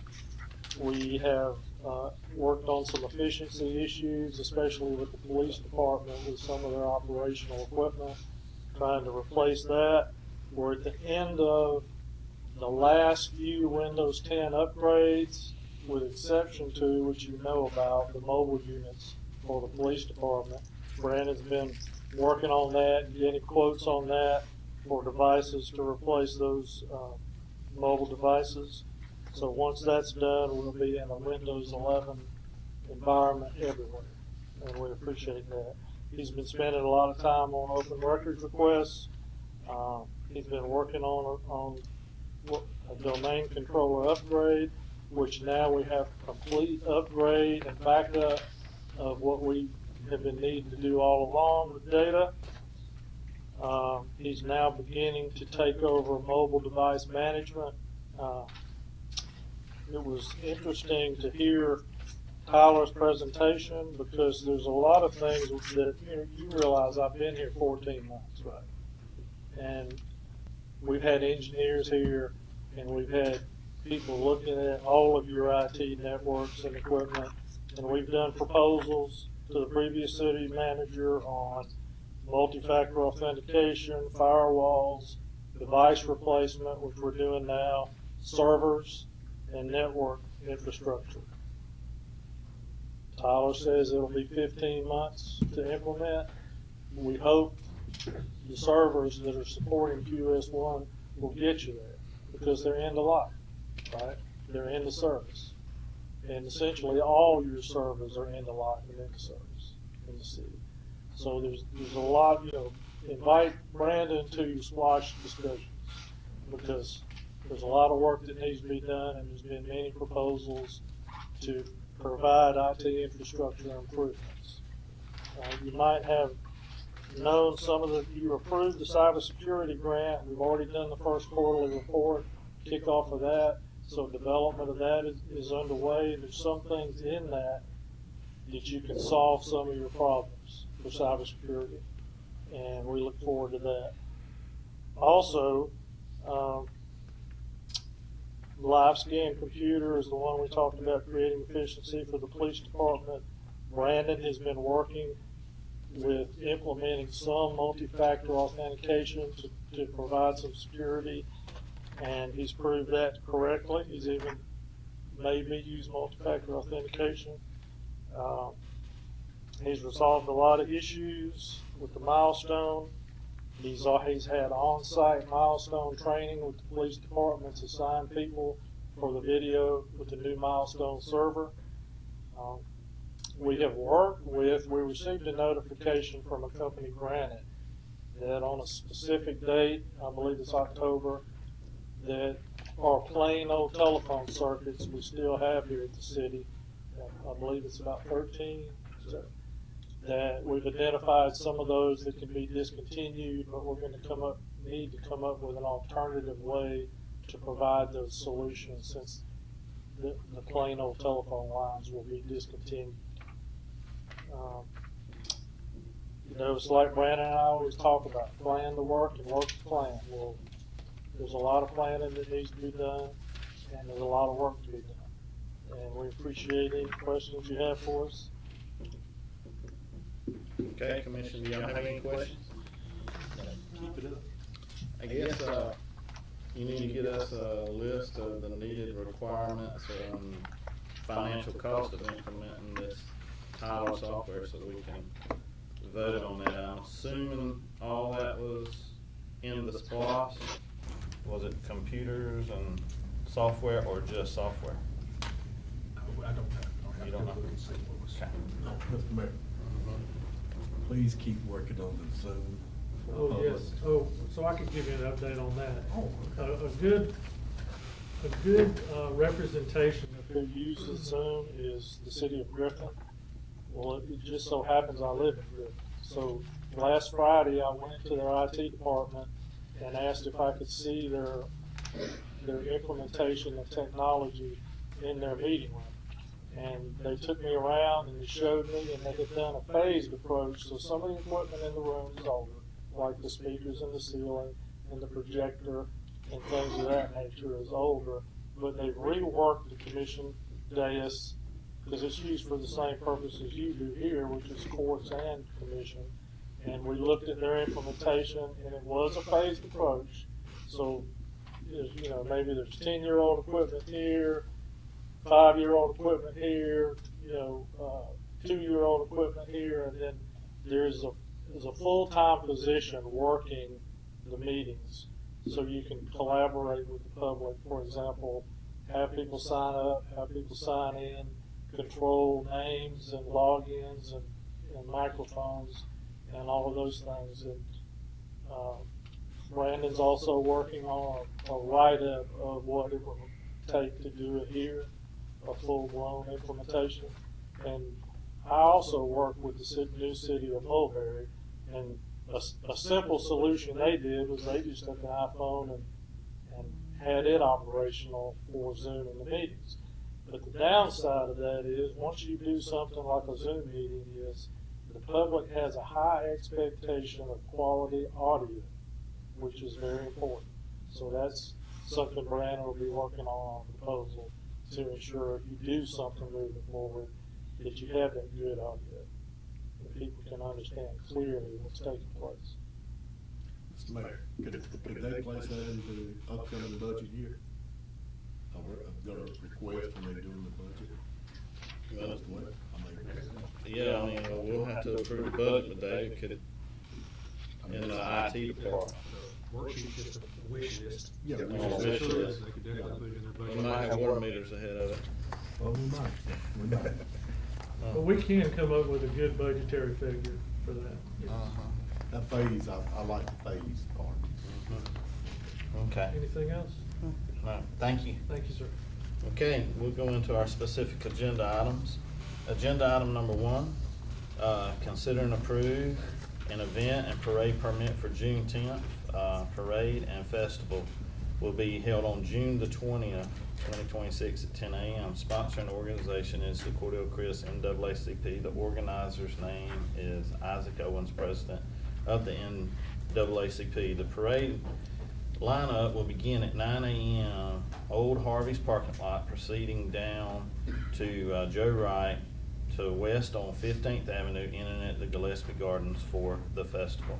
The festival will begin after the parade and end at 5 p.m. Special requests are to block off West 15th and 16th Avenues, 12th Street. Police escort is requested for the parade. So move. Second. Okay, motion and a second. Is there any discussion? Okay, if not, no. Motion and a second to approve this. Commission, how do y'all? Aye. All right. Motion approved. Okay, agenda item number 2. Consider and approve request for Wilbur Little of A&W Produce to set up on city property located on North 7th Street behind Fast Stop. Mr. Little is requesting to set up Saturdays and Sundays for the month of April, 8 a.m. to 8 p.m. So moved. Second. Okay, you got a motion and a second? All in favor? Mr. Mayor, Any- Mr. Mayor, Hold on. this seems like it might be a gratuity. It's setting up for commercial enterprise on city property. I think number one, you probably have to charge them some rent. And then if you did do it, you gotta make it available to everybody else too from time to time. So the They do? commission may wanna consider that before they approve it. I don't think it's legal as I understand it right now. Is it, Sir, everybody been using that lot for years. I mean, they set up without permission, not our permission, they have yard sales and everything else. At least he's coming to us. He said also thrift item, not just fruit, just not the fruit and vegetables.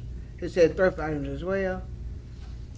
I don't know Mr. Little, but it seems like it's a community person want to do something. He just asked for a month, and I mean, everybody else set up there for anytime they get ready. He has a peddler's license. He paid $200 for peddler's license. Pay what? We Yeah, do he pay said- $200. He paid $200 for peddler's license. He has a license. He does have Has one? A peddler's license. All right, then let him He sit. does, we do the same in Williamsville. Okay. That's city property, right? Let it roll. That's right. He got a peddler license? But it looks like that this particular thing would be a gratuity without some payment to the city. It's We- not they on did- city They property. paid, That on and right. all that. He got all the appropriate permits. I'm not sure that's the same thing. I'm sure it's not the same thing. Yeah. We're talking about rent here as opposed to. Didn't they say behind Vincent's Fast Stop? Mhm, That little place used to be a gas station, Sims gas Right, station? mhm. Well, that ain't the city's property, is it? Yes, it's purchased ours. through, It's a city. Floodplain mitigation. Oh, is it? Mhm. So we don't do nothing with it? Mm-mm. It just sits there? Mhm. Yeah. Well, I approve it. Me too. my stays, Okay, Aye. everybody still on aye? Yeah. Yeah. Okay. Motion approved. Okay, agenda item number 3, consider and approve the Boy Scout Troop 270 permission to build a front and back porch at the historical Boy Scout hut located at 1101 3rd Street South. The majority of the materials have been donated and on hand. An example of the front porch is attached. Boys Scout Group 270, John Foster, Scoutmaster. So moved. Second. Okay, we have a motion and a second. You want to add anything? Well, I would like to tell you a little bit. Okay. Just a minute. Because over the last 12 years, again, my name's John Frost. Over the last 12 years, the leaders and the scouts there have really wanted to become stewards of the Boy Scout hut. A lot of there was a fire decades ago inside of it, so there was some structural damage that we corrected under the building, floor joists, seal, and of course reinforced the roof and started making real improvements there. We do have still continuing erosion across the front and back, especially at the entrance and back entrance to the building. And so we were wanting to just, again, be good stewards and make it a little more accessible to everyone, having a little entranceway awning, and hopefully even adding a handicap accessibility to it as well. Okay. Any questions, Commissioner? Would you need to see Mary Darby for anything? No? Okay. I mean, I wouldn't think so. No That fees or ought to be- nothing, make sure we got it clear now. Yeah, yeah. Okay, so we got a motion and a second. All in favor? Aye. Okay, motion approved. Thank you. Okay, agenda item number 4, consider and approve public safety lighting proposal from Chris County Power Commission. That's so Okay. moved. Yeah. Okay, y'all been working on this a while. Y'all got everything here. Is it- I just Okay, got a couple. okay, discussion, go ahead. Right now, I'm paying $350 on my water bill, okay, for these lights. Right, and it's not including these, what we got. But there's 1,453 that do not pay it. Okay? One. That's a good question, and they are chasing that down now, trying to figure it out. But that's nothing we can, that's hearsay there, and it could have been a switch over, could have been add-ons, they didn't add it on, who knows? I'm not speculating, I have no problem adding this to it, but now our light bill now is, what is it, 37,000 a month? 37,000 a month. Yeah, so it's 37, that's for the street lights, that's also for crosswalk, that's also for everything else, the lighting, okay? So the city's absorbing a majority of that, I think this pays for like a fourth of it, probably, you know, the citizens are paying for a fourth of it in lieu of that. Just so we know, I'm still 100% behind this, I just wanna make sure, I wanna know why 1,453 are not paying it. And this also falls back on the water connections. People that are robbing the city of water are not paying the connection, because it's going through your utility bills, so they're not getting a bill. You follow me? If they're getting free water, they're not getting a bill. So they're not paying the $350. So it could be astronomical. You know, I don't know how many houses we have that are in the system, but they're working on it, okay? And they think that some of it was dropped off back, and I think Ms. Sonia sort of alluded to that a little bit, that when they switched over systems back in the day, that some could be dropped off, but they're trying to trace all this down right now, and they're doing what they can. But, I just wanted y'all to be aware of that. I know, Commissioner Shepard. There are some houses, Mr. Secretary, like out in the Newtown subdivision. Yeah. Now, they don't pay the light fee because they're in the county. It look like the city, but it's the county out there in that area, Pavia Road area. I'm glad you said that. Okay. Because I don't know how many houses in that area that's not incorporated in the city of Cordele. That number is actually, it was 1,000 something, that is 1,363 outside the city limits. And that is that. That is not the 14. That's an addition. Okay. And this is where I think it was Ms. Wright and I had a discussion about it one time, I don't know when, but that might be coming where our lost meters and stuff like that are, okay? Something else, we keep digging, we keep getting deeper, okay? But I just wanted y'all to be aware of that, and they are working on it and going to add the 350 to them, I'm sure. Now, here's one other question, since you brought that up. This is to the commission. If there's 1,363 outside the city limits, they might live next to a person that's in the city limits on either side of them. Are they exempt from using the street lights? How do you differentiate? You see what I'm saying? If you got Newtown, prime example of Newtown, that Commissioner Finn's area, house, city, county, house. But city. he is in the city limit on that side of Right, Newtown. some of it. Now you go over to Drayton, there's some over there, same situation. Maybe Okay? we can get with the county. They some We on can get some 16th light, Avenue. they can get some lights, you know what I'm saying? Work together with it. Okay. Maybe that'll work. Just Now, keep it this up. proposal's for 100 lights within the city limits, because this will be on our bill. Right. So this is, the proposal is for us to pay for 100 street lights in crime-stricken areas of the city. So that's what's in this proposal. And we do realize, and everybody realizes this is a discount decreasing over the next 6 years. 6 years. Okay, so hopefully we'll be on our feet by next year, starting to look up, okay, financially.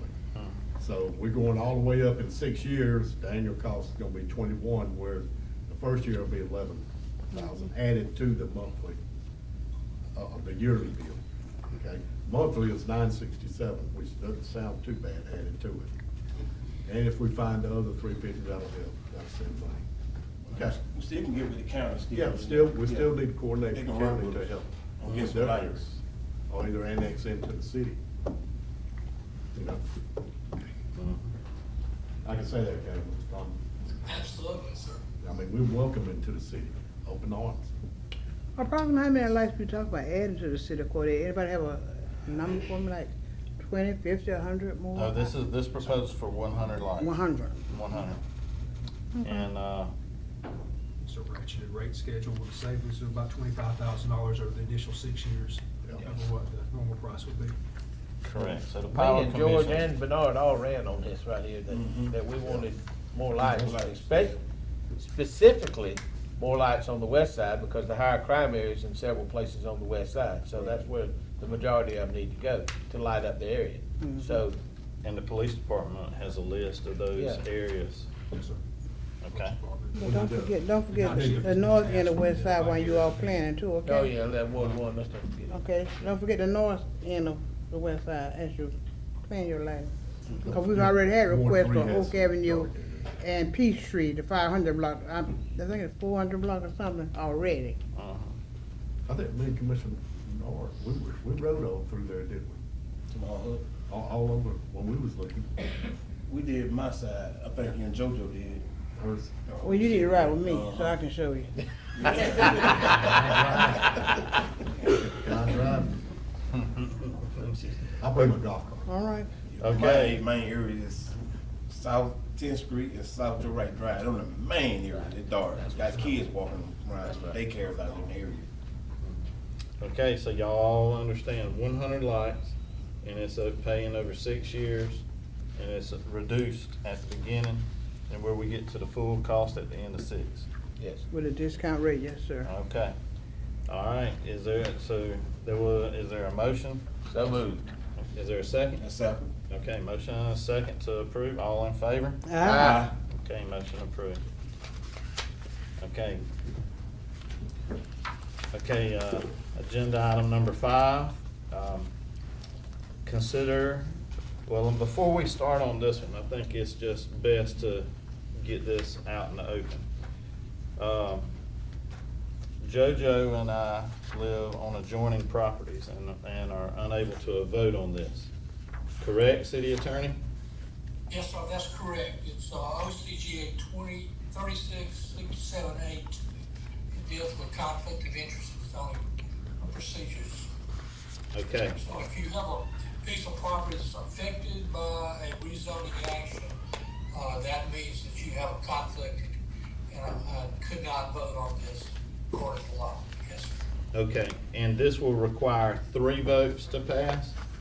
It does. All items passed by the city council, except on certain specific things in the charter, which I don't read already, require a majority of 3 people to vote in favor of an item. So not majority. No, sir. Has to be a majority of the council who are eligible to vote, and that's 3 people. Yes, sir. It specifically says 3 people, as a matter of fact. The mayor and 2 or 3 council members. Okay, so in order for this to pass, all 3 of y'all will have to approve this, is basically where we're at. That's correct. Yes, sir. And JoJo and I are unable to vote. Okay. All right, agenda item number 5. This is gonna be consider and approve Greer Street rezoning project. Rezoning from R12 to R4 for 120 apartments units. Planning Commission approved this on March 19, 2026 with conditions. Is there a motion to approve?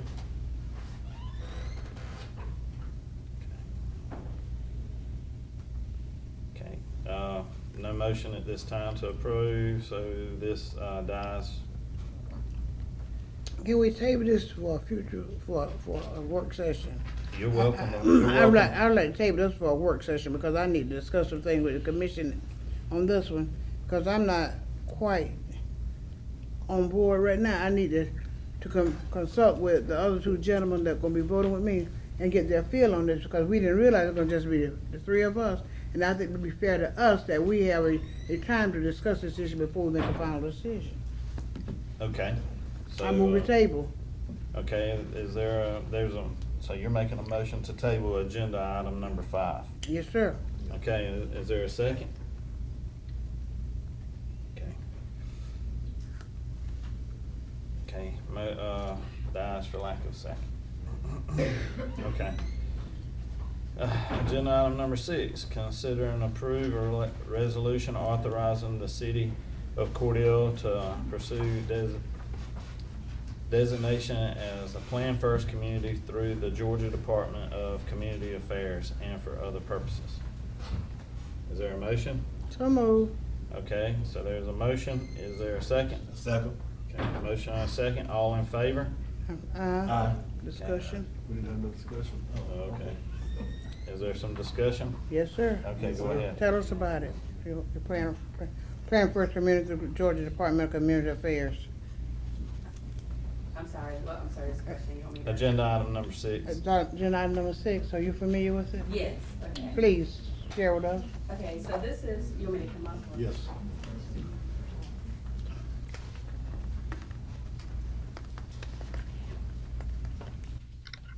So the Plan First Community is a program out of the Department of Community Affairs, and basically it recognizes local governments that demonstrate excellence in our comprehensive planning.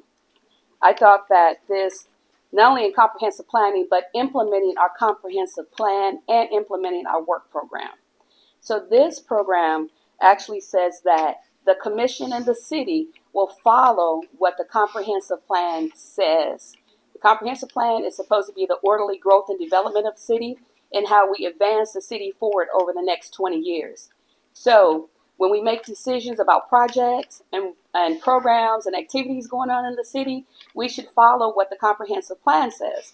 So I was very impressed with Commissioner Singletary as he mentioned about the Highland character area with the particular project, because he actually saw that this is not where the city says we want to go. So he mentioned that. And it basically what this plan does is say, all our programs, all our projects are going to be in this document because it's our vision, like our Bible of the city. And this is what we're going to follow to get to where we need to be. And everyone's going to be kind of like watching it and monitoring it and on board. Now, where the benefits are is that the Department of Community Affairs takes us by the hand and ensure that we're doing that and provide assistance where we need to be. We get to use their local Plan First stamp.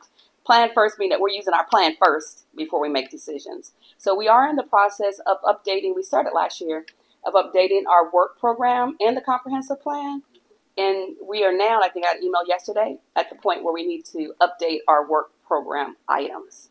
So I have met with many, I think all of the departments, and kind of updated their programs, but we need to bring that before City Commission and get it adopted. And especially with all the new things that we're getting ready to do with the infrastructure, water and sewer, all of those projects needs to be in our work program, because when we apply for grants, they always ask the question, is it in your comprehensive plan? So that's what the Plan First is kind of all about. There's about 18 questions in the application. The deadline is May 15th. I know it's kind of moving swiftly. However, I would like to at least submit a plan. If we do not get elected as a Plan First community, about 27 cities that are Plan First communities here in the state of Georgia, they will meet with us, tell us what's wrong with our plan, so that when we apply the following year, we'll have better chances of being successful. I got a question, Mr. Mayor. Yes. Did you get a response back from DCA on April 15th, by April 15th, saying, are we eligible? Because We are definitely, yes. So they sent me an email last week, well, whenever my virtual meeting was, saying that we are definitely eligible to apply. I'm for this, okay, I'm gonna say this, I'm 100%, she knows I'm 100% behind it, okay? The only thing that I'm worried about, I don't like to get kicked around, you know, the first time. I like to go in there and win it, and that's the way I've always done it. I think this year, with all that we have going on and the turmoil, you know, we don't even know if we got a nickel or a dime, you know, which we do. Don't panic. But we try to figure everything out. I'm wondering if we can implement it, and then everything we're doing now, use it for next year to come in and hit them hard with it, and possibly do something like Tipton has, okay? I got this book from Tipton, and it outlines, I mean, it's awesome. I mean, and I haven't seen that from Cordele. I know you're very capable of doing this. But I don't want to see us jumping into it this year and lose. And you say they would come in and correct us. Okay? Right, so, But I'm we sorry. don't know 100% what we got to have and how to present it. So why not use this for a learning phase and go on? Now, whatever you want to do, you just nod and say, I want to do it. And I'm 100%, but I do realize the backside of it. Mr. Wade, you got any input on it? I mean, what's your thoughts? I'm sorry, Mr. Wade, may I respond before you No. respond? I just want to say that the comprehensive plan was adopted in 2024. It is what it is. If it's strong enough to become a Plan First community, it's strong enough. If it's not strong enough to be a Plan First community, we won't know that until next year, and all they're going to do is say it's not strong enough, right? So we can take the plan that we have now and have it analyzed by DCA and say, you have an awesome plan that can become a Plan First community and move forward with recommendations to even strengthen it. But if we wait to 2024, and don't get me wrong, it's not like I'm trying to give myself more work. And if we are not strong enough to move forward, then at least we'll know what it is that we need to do to, one, update and amend our comprehensive plan, two, update our work programs and make sure everything's in there. I'm pretty sure that all our work programs are not in there. And so that's just what I'm saying. I'm sorry. Go ahead. Let me jump back in. Rebuttal. I'm asking the question. I want us to be 100% sure that we want to jump in here. Because personally, I've seen the comprehensive plan for 7th Street and all that. I'm not 100% behind it. It's not, a lot of it's not feasible for our area. A lot of it's wonderful, okay? But we, you know, do we want to go in there knowing that the commission's not going to support that particular plan? Not all of it, just part of it. Not all of it. I love a lot of it. I'm 100%. I can see it, and I'm with you. But would the commission be willing to look at it and then say, okay, you say, the thing with me, I don't like to go into a ring and get knocked out, okay? I like to go in there and hold toe with them, and then when I can, I sort of just kick it back down to the corner. That's what I just want to be 100% sure. Okay. Let me answer.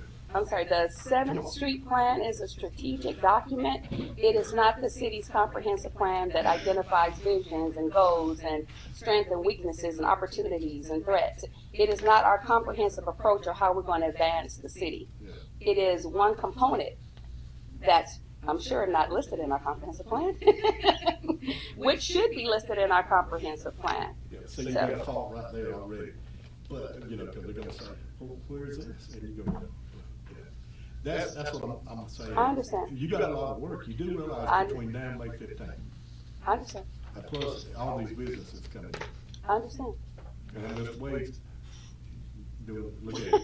Go ahead, sir. I'm sorry. Commissioner Sanders, I know when I'm in over my head. Yeah. And with this matter, I'm in over my head with this. So I'm 100% aligned. I will respectfully defer all questions, comments to the area, to the, this is something she came to me about. This is something she came to me about, and wanted to know if I would support her. She presented it. I'm retired. I just want you to realize the amount of work you got that you're gonna be calling me. Okay? And I'm 100% behind you. But I don't wanna go in there and get slapped back out the door. And it's, but the thing is, it's okay if we do. No, it's not. Because, no, the reason why I say that, the reason why I say that is because we're rebuilding and we're restructuring and we're trying to create a strong foundation. And it's okay for them to say, you're not where you're supposed to be, and this is what you need to do to get there. And I'm okay with that. You okay, but I'm really upset. I support you totally. Thank you. I'm not expecting to be the first every time it's selected as a group of 27. We, you know, we might be number 29 and number 30, but then next year we know what we need to do to make our correction to qualify for the service. I'm with you. Thank you. Plan you first. Realize what we fixing Plan first. Okay, you Okay. realize what we fixing to do? Yes. Because see, Mr. George, I'm with you. Mr. George, I've been here since 2016, and we've been doing the William Field since 2017, and we haven't done anything yet. I need something concrete going on. I agree with her. Okay, tell Mr. Rainey. We had all these projects, the water tower answers, everything. Nothing is really coming to fruit, for what we need to do. Well, 3 of us was elected this time to change that, what was done, okay? And these 3 are 100% behind you, and I'm sure the other 2 are. And this is what I told somebody, you got a proactive commission now, not a reactive. I personally, I cannot stand reactive. I love proactive. Well, we're being proactive with this. We are, but we're being We're being reactive too. proactive, but even more importantly than that, right? I just want you to be sure. The comprehensive plan is supposed to be the leading document of the city. And it's important, it's an Educational piece. So it's very important to me that the elected officials know what's in it. So when I make presentations, I say, we're supporting this and we're supporting that. And so that's why all of our project plans and activities need to be in the document, in our work program, which supports your capital improvements program, and on and on and on. So I think that it's a good thing, although that we only have a month and a half to write it. Well, I wrote the housing plan in a week, and we got that in. So I think that if I have a month and a half, I should be able to do it. Okay. With your assistance. Just take your time. Just Okay. Okay. Okay, agenda item number, is there any further discussion? Okay, all right, agenda item number 6, there was a motion and a second. How does everyone vote? Yes. Yes, yeah. all in favor, is aye? Are there any nays? No. Are you Yay. a nay? No, I said yay. Okay, here we go. We got 3 yays, okay. Yeah, 4 yeas. 4 yays? Yeah. I'm Okay. yay. All right. Yeah, they confused I me pay with the nays attention here. now. I was listening that time. Uh-huh. She knows I'm a boy. All right, so we got 4 yeas. Motion approved, okay.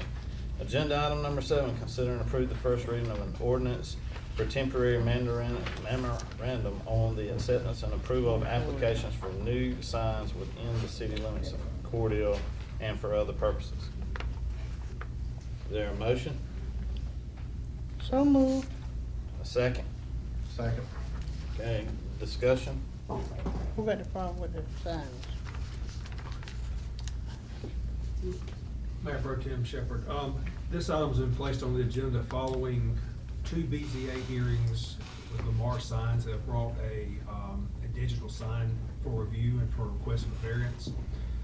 That sign has now been tabled. During that time though, and one of the reasons it was tabled, let me back up, our zoning ordinance is so confusing. There was some issues there about conditional use zoning, sizes of it, height restrictions, concerns by the BZA about the sign being a safety hazard, the frequency of the marquee. There was just a lot of issues there. Since then, we've had other sign companies start trying to come in. So until we can get our zoning ordinances in proper order, request a moratorium on the signs for a short period of time. All right, thank you. Attorney. City Attorney, you got any? Where, yes, moratoriums are problematic for cities. They need to be short, and there need to be a goal set, and you need to perform whatever you have in the moratorium for to correct. So that means that we gotta do a double time to get the zoning ordinance correct. Even at 180 days, that's certainly the outside limits of when moratorium would be, and it may not protect us, but I suggest that you do this, but I also suggest that we work on that zoning ordinance quickly, really, and it's got to be done between now and the end of the 180 days. Or should be. Should we do that? Yes.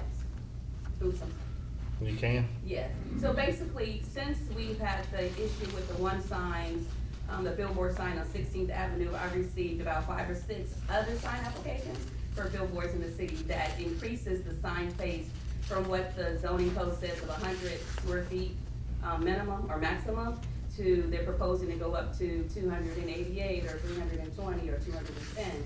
It is outside of what we're doing, what the regulations say. So we need time to kind of bring it in and study it and then make a proposal of what it should be. So you and Mr. Coleman can get together on that and get it Yes. done within the allotted time frame? Yes. So we're gonna be looking at, That will be one of the issues if it ever goes to court, that you already have applications, and now you're putting on a moratorium. So, it needs to be done right, really quite radically. yeah, so we'll be looking at the height of the signs. There's discrepancies about the height of the signs, the sign face, and billboards, the frequency of the LED lights that are flashing, how often those should run, and the location. Those are some of the main issues that we have.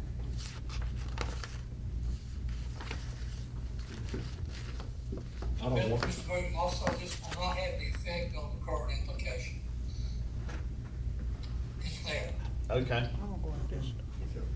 I don't want to wind up on Las Vegas. Okay. Lights all up and down. I mean, Okay. you're aggressive. All right, there's a motion and a second for agenda item number 7. All those in favor? Okay, motion approved. Okay, agenda item number 8, discussion of E911. Is there a motion? So moved. Second? Second. Okay, discussion? Okay, yeah. Yeah, I've been in conversation with them quite a bit. I went there and toured, and I think I understand basically where they're trying to come from. Okay, don't tap too hard on this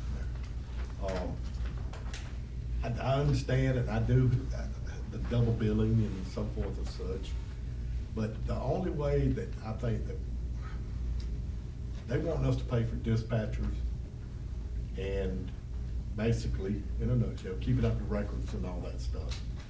And they're holding us hostage for, and I'm gonna say it, for $350,000, they're gonna redo it, and we'll have to do all the hiring, okay? There's two positions that the police department are not currently using or could not use, and we can relocate somebody. Possibly, we need to address that too. But I think we're going to have to do the 350 and then, go into negotiating. Now, we need to enter into a strict negotiations with them on the future of this. If I understood, somebody said that they wanted to go a percentage. You know, this should be good until July, not this year, but next July. Okay. Ms. Vester? Mr. Chairman, you know what I want to say, don't you? In 2019, the city chairman, John Wigan, signed our intramural agreement with the county, area, and the city of Cordele. And this should last from 2019 to 2029. So do we supersede our original plan? Do we dismiss this one and do a new one? Or what are we doing, sir? Mr. Mayor, in the contract that you're quoting, it does say in there with proper notification before April the 1st, either party can ask for amendments. And that's what they're doing. And Do you know if they asked Aaron for amendment as well, just the city of Cordele? I don't know that. I don't know that. Okay, I'm just curious. I don't know. I mean, that could be some questions we bring up, you know, in the future. We're between a rock and a hard place, okay? Because it's gonna cost millions of dollars if we wanted to implement our own dispatching system. I know. Now, I think it is wrong that they're coming out all of a sudden and jumping in, you know, especially with being new commissioners coming in and all that. I do have heartburn about that. And knowing the financial dilemma we are in. All right. Now, I don't know what else to say. I mean. Well, all three parties have to agree with this amendment, not just the county. You know, I just got, Mr. Well, they only done in us. What we gotta be concerned with is us. Now, whether they've done, and I'm saying done, Arabic, that's between them and Arabic. I know, but this is a three-part group, what I'm saying is. Right. You know what I'm saying? Well, the county has basically said we want 350 to continue. Right. Okay, to the city of Cordele. Now, if they said 350 to Arabic, I don't know. That's not what I'm saying. Okay, I'm missing. As a unified group, I'm trying to figure out, do we all sit at the same table? That's what I'm saying. Or county? All three of us, you know, this has always been a tripod. Right. Since I've been here, it's been a tripod. Right. The county, the city, and the area. Correct. So I'm trying to figure out now is, well, we always have to follow their lead now. If we say yes to whatever they say now, well, 10 years from now, you're going to do it again. Well, we want it, y'all got to do it. You know, I'm trying to figure out a common denominator where we can sit down together and figure out what's best for both agencies. We don't have the funds right now. We don't. We don't. That's why I threw up. And then I'm saying, if we say no and we don't have the funds, what are we going to do? Well, they're going to cut us off. Well, let me interject here. I have this idea I've been floating around for quite some time now, strategic resource initiative. And we're a small community. I've talked to y'all about this dozens of times.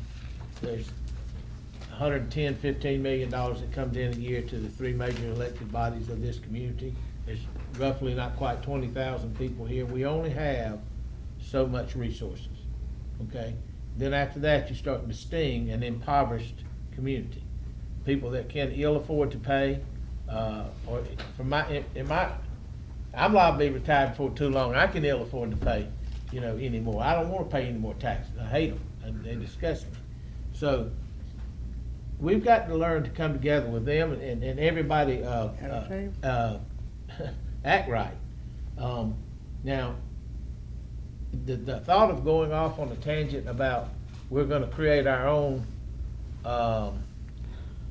911 area or something like that, that's not even feasible. Okay, I'll be honest with you, that kind of money ain't feasible, even if we got two or three grants on it, because grants run out after a while.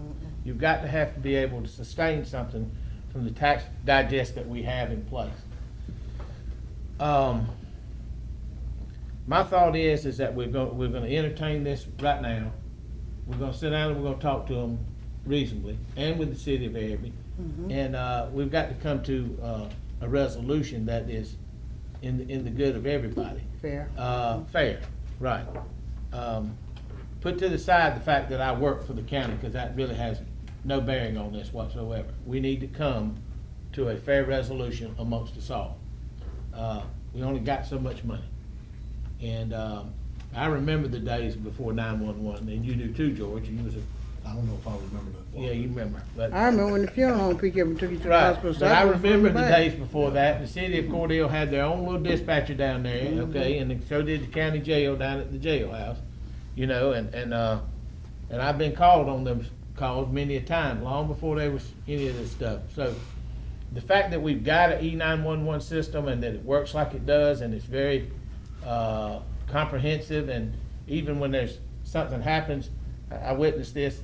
There's a district 911 that might end up getting your call and forwarding it on.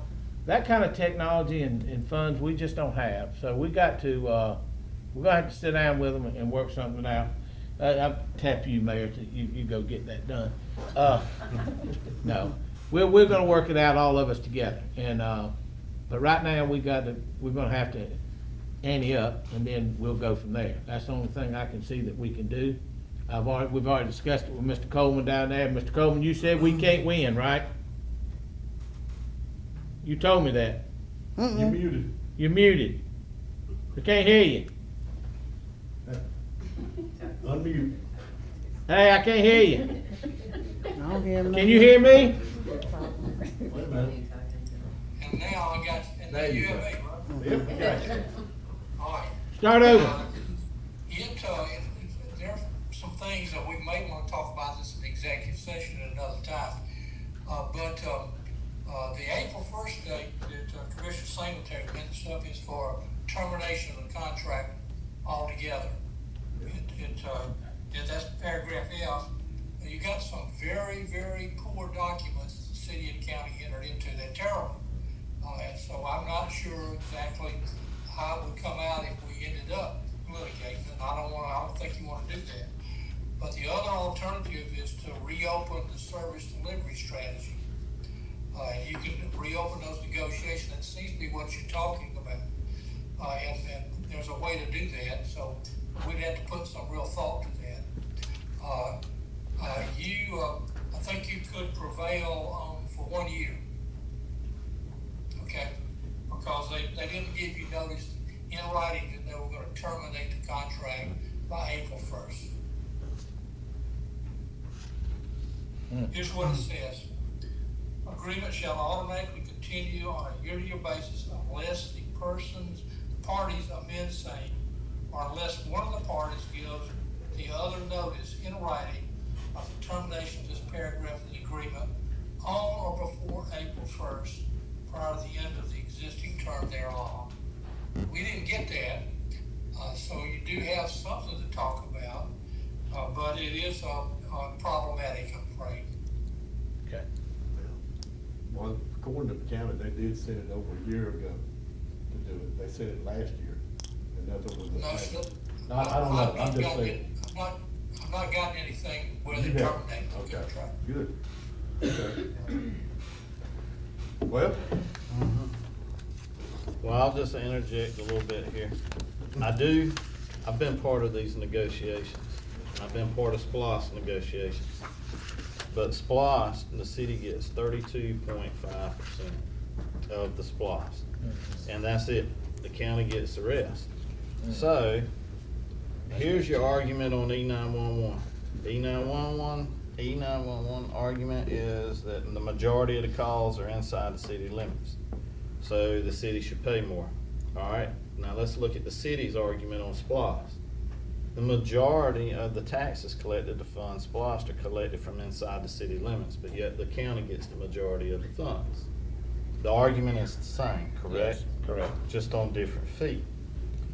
Alright, so the city only gets 32.5%. Now, I may or may not be here for the next SPLOST negotiations, but if you step to the 350, that is 35% of the proposed $1 million budget that they're wanting us to split. So we'll be 2.5% behind. So that is some negotiations for SPLOST for the city in the next time that some of y'all need to be remembering this argument right here. That they need to be paying us more money on SPLOST. A lot more. A I lot don't got a more. problem with that, yeah. So y'all just need to remember this part of the argument whenever when SPLOST negotiations come back up, because the argument's the exact same. I think it's very rude of the county to always come at the city and say, you do this or else.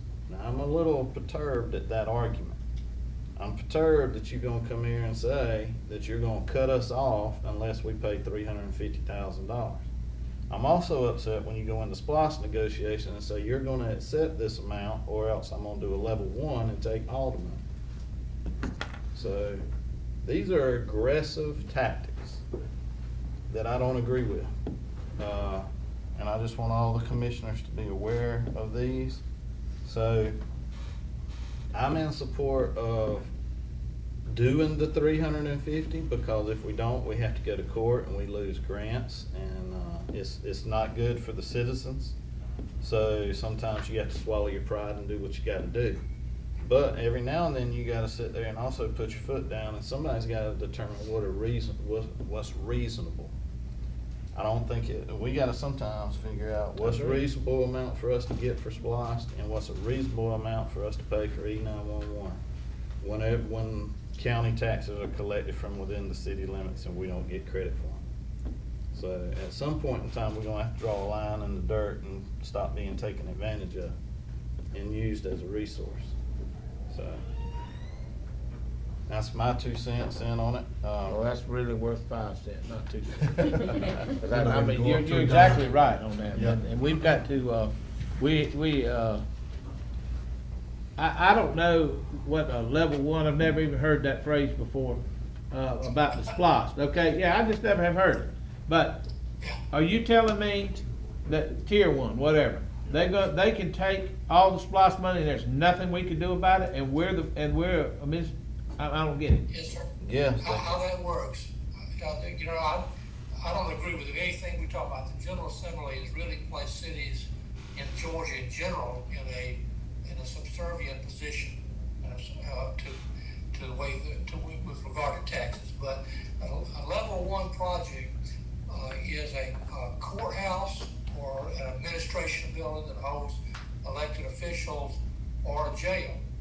Or a health department. If the county chooses to do one of those projects, they can take all or a greater portion of the SPLOST tax. Yes, sir. They can. And I've seen counties do that. Again, that right there goes back to what I was talking about, a strategic resource initiative where we got to come together and work this out, because the simple answer to that question is that's BS. I mean, we got just as many people in the city as they got in the county, okay? And we got expenses here too, and we have the infrastructure, and like you said, you collect more, the money comes through the city than it does out in the county. A lot more is collected through the city on SPLOST than comes out of the county. Absolutely. I mean, a lot more. I don't know what the figure is, but I would say 80 to 20. 90. 90. 90 plus. More than that. But Yeah. And that's the criteria that's in the law about how you negotiate SPLOST. But I promise you that counties in general, everyone that I've ever seen ignores that completely. Well, that makes me mad. It's not a requirement, but it's a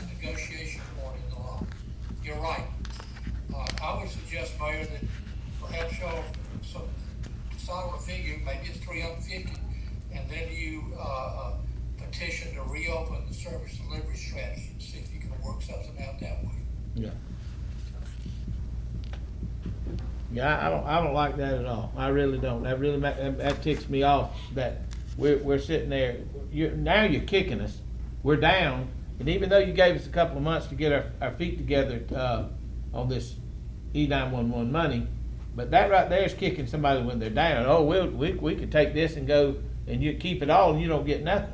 Well, let me tell you Let me tell you the flip side of that. The flip side of that is that all of a sudden people in Cordele go, well, hell, if they're not going to do right by it, we just won't vote for the SPLOST. Then we're really in a world of hurt.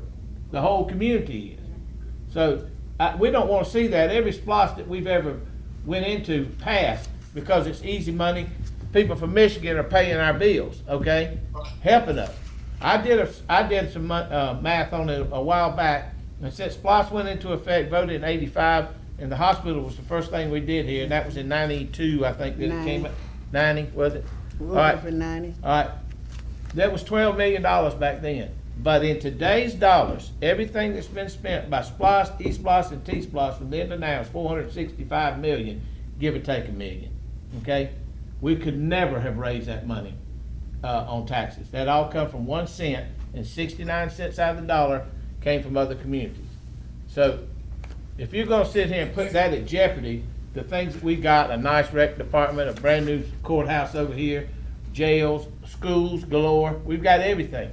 Nicest football field you can find. I mean, we've got it because of 1 cent, all right? But you're gonna put that in jeopardy over being, and what I call being greedy, 32 and a half, is that what we get? Yep. Okay. Versus they get the rest? Harriman gets 2. Harriman gets their 2, bless their heart. Yeah. So they get 2, and we get 32 and a half. That really ticks me off. I really don't. Okay. I'm gonna stop talking. I agree with everything Commissioner Wright said, but we probably need to re-separate this. We're not talking about negotiating SPLOST. That's gonna come in a couple of years. Yeah, I'm gonna be there. We're now on the 911 thing, and that's not affected really by the current formula of the SPLOST corrections. Yeah. That makes sense. It's unfair. I It's agree unfair. with that, and I think this is unfair too, but as Commissioner Secretary has pointed out quite eloquently, you're on a rock and a hard place here. Okay, commission, what do y'all wanna do? I forgot what we was voting on. What are we doing? You gotta I got mad. decide about paying for E911. We're gonna, I vote we do, yeah. We got to pay it. We got to protect our Y'all city. gotta name the dollar figure. We got to protect the city. Okay. 350,000. I don't know where we'll find the money. We got to protect the city. Okay, so your motion, we got a motion to pay $350,000 for Yes. E911. I second Got a motion and a second. All in favor? it. Aye. Okay, motion approved. There's 3 here. Mayor, one more explanation. The case that Commissioner Wright's talking about is LJ versus Jasper County. And in that case, Jasper County stopped or just cut off the E911 dispatch service to the city of LJ. LJ sued them, and the court ruled that unless you have a contract that requires them, they're not required to fund anything, so they don't have a law that requires them to do or a contract that requires them to do. And so that's kind of where we are. That's what counties are really using to promote this scheme that we're debating right now all throughout Georgia, I'm afraid. Yeah. We need to reallocate funds. Okay. I just wanted to make sure you do that. Well, trust me, I'm gonna be in that negotiation. I'll be there. Also, You betcha. I got your back too. I'm ready to go you'll with help a you. lot. 'Cause they getting all the money. They getting all the shit. Yeah. Okay, agenda item number 9, discussion of combining the Planning Commission and Board of Zoning Appeals and compensation for board members. Mr. Mayor, I would like to have a minor discussion on that and to allow us to do a little bit more research on it and maybe bring it up at the next meeting, if possible. On table it. Okay, is that your motion to table it? I mean, Mr. Mayor, that's gonna be in the zoning ordinance that you're gonna be drafting anyway. What you do with the planning commission and a board of zoning appeals is gonna be in the in the ordinance that you hopefully are gonna be working on. I think the only thing we plan on doing is combining the two and then paying a fee, but we can't pay the fee till after July, you know, so. Well, now remember that, okay, if a text change to the zoning ordinance, it's gonna require you to have a hearing before the planning commission, and then another hearing before the city council, so you just can't vote on it without those hearings first. Okay. Okay, Okay. So is that a motion to table? and by the way, I'm in favor of that as well, I just wanna tell you what So the we got your vote? parameters are. We got your Sorry? vote? Yes, sir, I'll vote yeah, all the time on that. You can't even vote. Okay, so yes. You can't even vote, you're not the city No law commissioner. that requires you to have those things. Okay, No law, that's strictly up to you. Okay, motion to table? yes. Second, Motion, we got a motion to table? Is there a second? second. Okay, motion and a second, all in favor? Aye. Okay, agenda item number 9 is tabled. Agenda item number 10, city manager's report. You ready, Mr. David? It's been a long morning. Yes, it And has. I'm gonna go rather fast in this report, if you don't mind. Yeah, help yourself, I don't help think I'll yourself, get any hurry up. complaints today. I'm ready to eat too. I just eat 16 inches a mile rising. You done? You say I am. Absolutely, if you say I am. Sorry, trying to get rid of my copy of it. You can pull a, Mr. Smart, say, y'all got my report on your desk. That's, Read it in a week. that's what we're about to do, y'all hang on. All right, as always, we're keeping Naisha Pickens and her family at the forefront of our thoughts and prayers. So if anyone knows anything about Naisha, we encourage you to use the CSend app. Use the code words Naisha or Cordele Missing Persons. You can call the tip line at 1-800-597-8477 or the Cordele Police Department 276-2921 or any of our other surrounding law enforcement agencies. As always, we try to focus a pet of the week for our animal shelter. As I was compiling my report, we had Falcor here as our pet of the week, and we had to stop the presses because Falcor has now been rescued. So Falcor looks a little bit older, looks like a little bit older dog. So I think there's hope for all of us that are a little bit older, that somebody out there still wants us. So I think that's a positive thing. We can all identify with Falcor.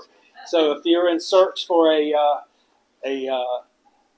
good new family member, you're welcome to visit the Cordele Animal Shelter in person or online at www.cordelega.gov, or you can call 229-947-5306.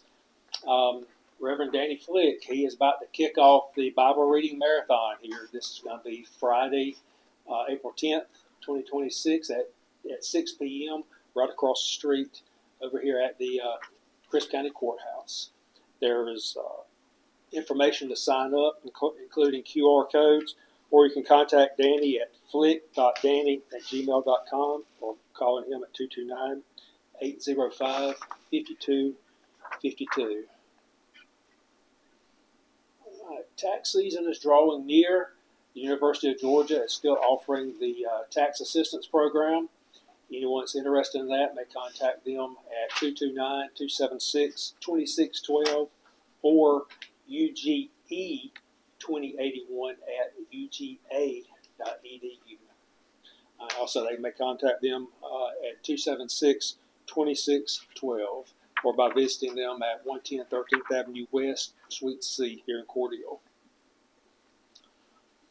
All of you are invited to attend our monthly Christmas Ministerial Alliance meeting. This will be held Thursday morning, the 9th at 9:30 at the Community Clubhouse. That's 108 East 15th Avenue. All of you are cordially invited to a ribbon cutting at Magnolia Medicine. The grand opening is April 9th, 2026 at 4 to 6 p.m. The ribbon cutting will be at 4:30, and that address is 415 14th Avenue East, and this is Dr. Holloway's new practice. At 4th Avenue, not 14th. Did I say 14th? I apologize. 415 4th Avenue East. Okay. All right, as mentioned earlier, the Country Trails and Camp Tales event will be going on this week during spring break, starting April the 9th. I was instructed to be there around 5:30. Ms. Shepherd, is that still correct? On Thursday? Okay, so kicking off around 5:30, April the 9th, for a whole weekend of adventure for some of our youth. We're encouraging everyone to go out and give blood. We're having a blood drive on Tuesday, April 21st at the Cordele Community Clubhouse. That will be from 1 p.m. to 6 p.m. To schedule your appointment, you can contact redcrossblood.org and enter CORCOMM to schedule that appointment. And also during the period of April 13th through the 30th, there's a $15 e-gift card available for anyone that gives blood. Autism Awareness Stroll 2026 will be held on April the 25th, 2026 at the Perry Busby Walking Track behind the hospital. We have a wide array of participants there, as you can see on the list. That event will be 10 a.m. until noon. Also, Georgia Cities Week, April the 20th through the 25th. Some of the activities we'll have going on during that week will be student tours, a child's coloring or youth coloring contest, employee service awards and luncheon, and then we'll also hold a Touch a Truck event in conjunction with the Autism Stroll that was previously presented. For your information, the 2026 election calendar is in your packet. May 19th, 2026 is the primary. Then we have the general election on November the 3rd. And if needed, that's also a special election on November the 3rd. And then if needed, their possible runoff date will be December the 1st, 2026 for the general and special election. And then a potential runoff on June 16th for the early primary. Anyone has any questions can contact Becky Kitchens at the Crisp County Elections Office. She is the election supervisor. They're at 210 South 7th Street, room 103, or she can be contacted at 276-2611. Alcohol and business license, as we all know, are due after April 1st. So if you've not gotten your business license, we encourage you to come on in and do so. All right, some of the upcoming events. Community Clubhouse Coordination Board, which will be held Monday, April 13th here in the courtroom. That's at 10 a.m. Historic Preservation Committee, Wednesday, April the 15th here in the courtroom at 10 a.m. Planning Commission meeting is Thursday, April the 16th at 10 a.m. Here in the courtroom. GMA is holding a District 8 listening section on April the 20th. That's going to be held in Plains, Georgia at the Community Center at 11 a.m. So if any of you want to go, just let me know. I can get us registered, and we can possibly even carpool over there if we need to. So just let me know in advance for that. Administrative Professionals Day, that does fall during our Georgia Cities Week, but it's not one of our activities. However, that's occurring on Wednesday, April the 22nd. That'll be at the Cordele First Church Activity Center. In my report, I put 12 o'clock. I've since seen a flyer that says 11:30. So we'll say 11:30 to be on the safe side. Board of Zoning Appeals, Thursday, April 23rd, 2026 at the courtroom, 10 a.m. And then, as I mentioned a moment ago, at Georgia Cities Week. I just realized I need to go back and correct one item on here. Historic Preservation Committee, Wednesday, April 15th. That is actually at 6 p.m., correct? So I apologize for that. Historic Preservation Committee on the 15th. That should be 6 p.m., not 10 a.m. All right, some of our updates here. Drive-through window. As you know, one of the holdups we were having was getting a credit card reader that would work with QS1. Since we're now in talks with a potential new provider, we have been without a drive-through window for 30-plus years. We're going to just sit on this project a little bit longer until we see where we're going with our software and then look at what the hardware we may need to be able to successfully open the drive-through window. So that, even though we're as close to being finished as you can be, we're going to sit on it a little bit longer. Okay, city dumpster location, 814 East 11th Avenue. The hours of operation are, as always, Monday through Friday, 8 a.m. to 4 p.m. and Saturday from 8 a.m. to noon. The 15th Street water valve replacement at ADS, as Scott mentioned in his report, that has been completed, so ADS can now isolate themselves whenever they're needing maintenance. And then the Heart of Georgia Railroad crossing, just right down the street from there on 15th Street, that is still in progress. I did receive notice yesterday that the crossing will be closed on April the 9th and 10th. They've completed all the work leading up to the crossing, and so they're going to shut it down on the 9th and 10th, and we'll be sending out the public notices for that. And then the CTAE industry tours, this will be held on April the 13th, starting here at City Hall at 9 a.m. These are high school students in the program that I used to refer to as vocational education. That's career technical agricultural education program. We're going to start here at City Hall, tour upstairs area of community development, human resources, go downstairs to finance, migrate over to police department, and ultimately make it down the hill to the fire department.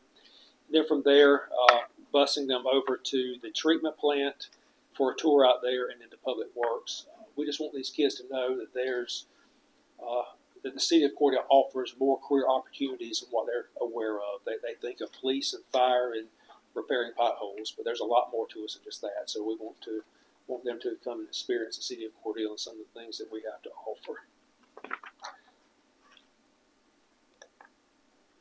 All right, with that, that's the final page of that report. However, I do have just a couple of things that's in your packet I just want to go over. You should have my report in there. There's my update report. The natural gas, there's been some conversation about transferring from our natural gas provider from C-Gas to MGAG. Tina Bearden and I sat down with representatives from MGAG. That was Eric Broom and Emily Beeman. We sat down back on March the 20th, so we are in the process of getting that transferred over to MGAG. Also, LMIG, we received notice that there has been additional funds allocated in the LMIG program, $274,000. There is no matching requirement with that, so we have almost $275,000 that we can use for some of our local maintenance improvement projects. So, if you know of any areas, please provide us a list, and our guys are out here creating a wish list as well. And those are the two things I just really wanted to bring you up to date on. As you can see, some of the meetings and events I've attended over the past month as well. So that report. And that's all I have, unless you have any questions. Commissioner, are there any questions? Okay. Thank you, David. Thank you. Okay, City Attorney's report. Thank you, Mr. Mayor. I have a couple of inconsequential report items on litigation that we need to discuss in executive session, but in lieu of the time, why don't we just do that next time? Okay. All right. There's nothing to decide on, not important items. Everybody in the audience clap for you right there, Tom. They sure did. I didn't hear that, I'm sorry. Everybody in the audience clap for that. All right, Yeah. Okay, thank you. Let's make sure. Yes, sir. All right, are there any needs for executive session? Okay. Mr. Mayor, did we do anything with him, or did I miss that? Did we get a quote or anything? Because I think we heard him, talked about him, but. Are you getting that proposal together? I have given some pricing to Sonia and Mr. Bennett both, and I'm gonna tweak that a little bit after some of this conversation today. So I'll get some updated pricing to them. Excuse me, tweak, you mean down? Be some tweaking. Okay. You never know. Well, we appreciate the tweak down. Thank you. Okay. At this time, I'll entertain a motion to adjourn. So move. Second. Okay, got a motion and a second. All in favor? Aye. Meeting adjourned.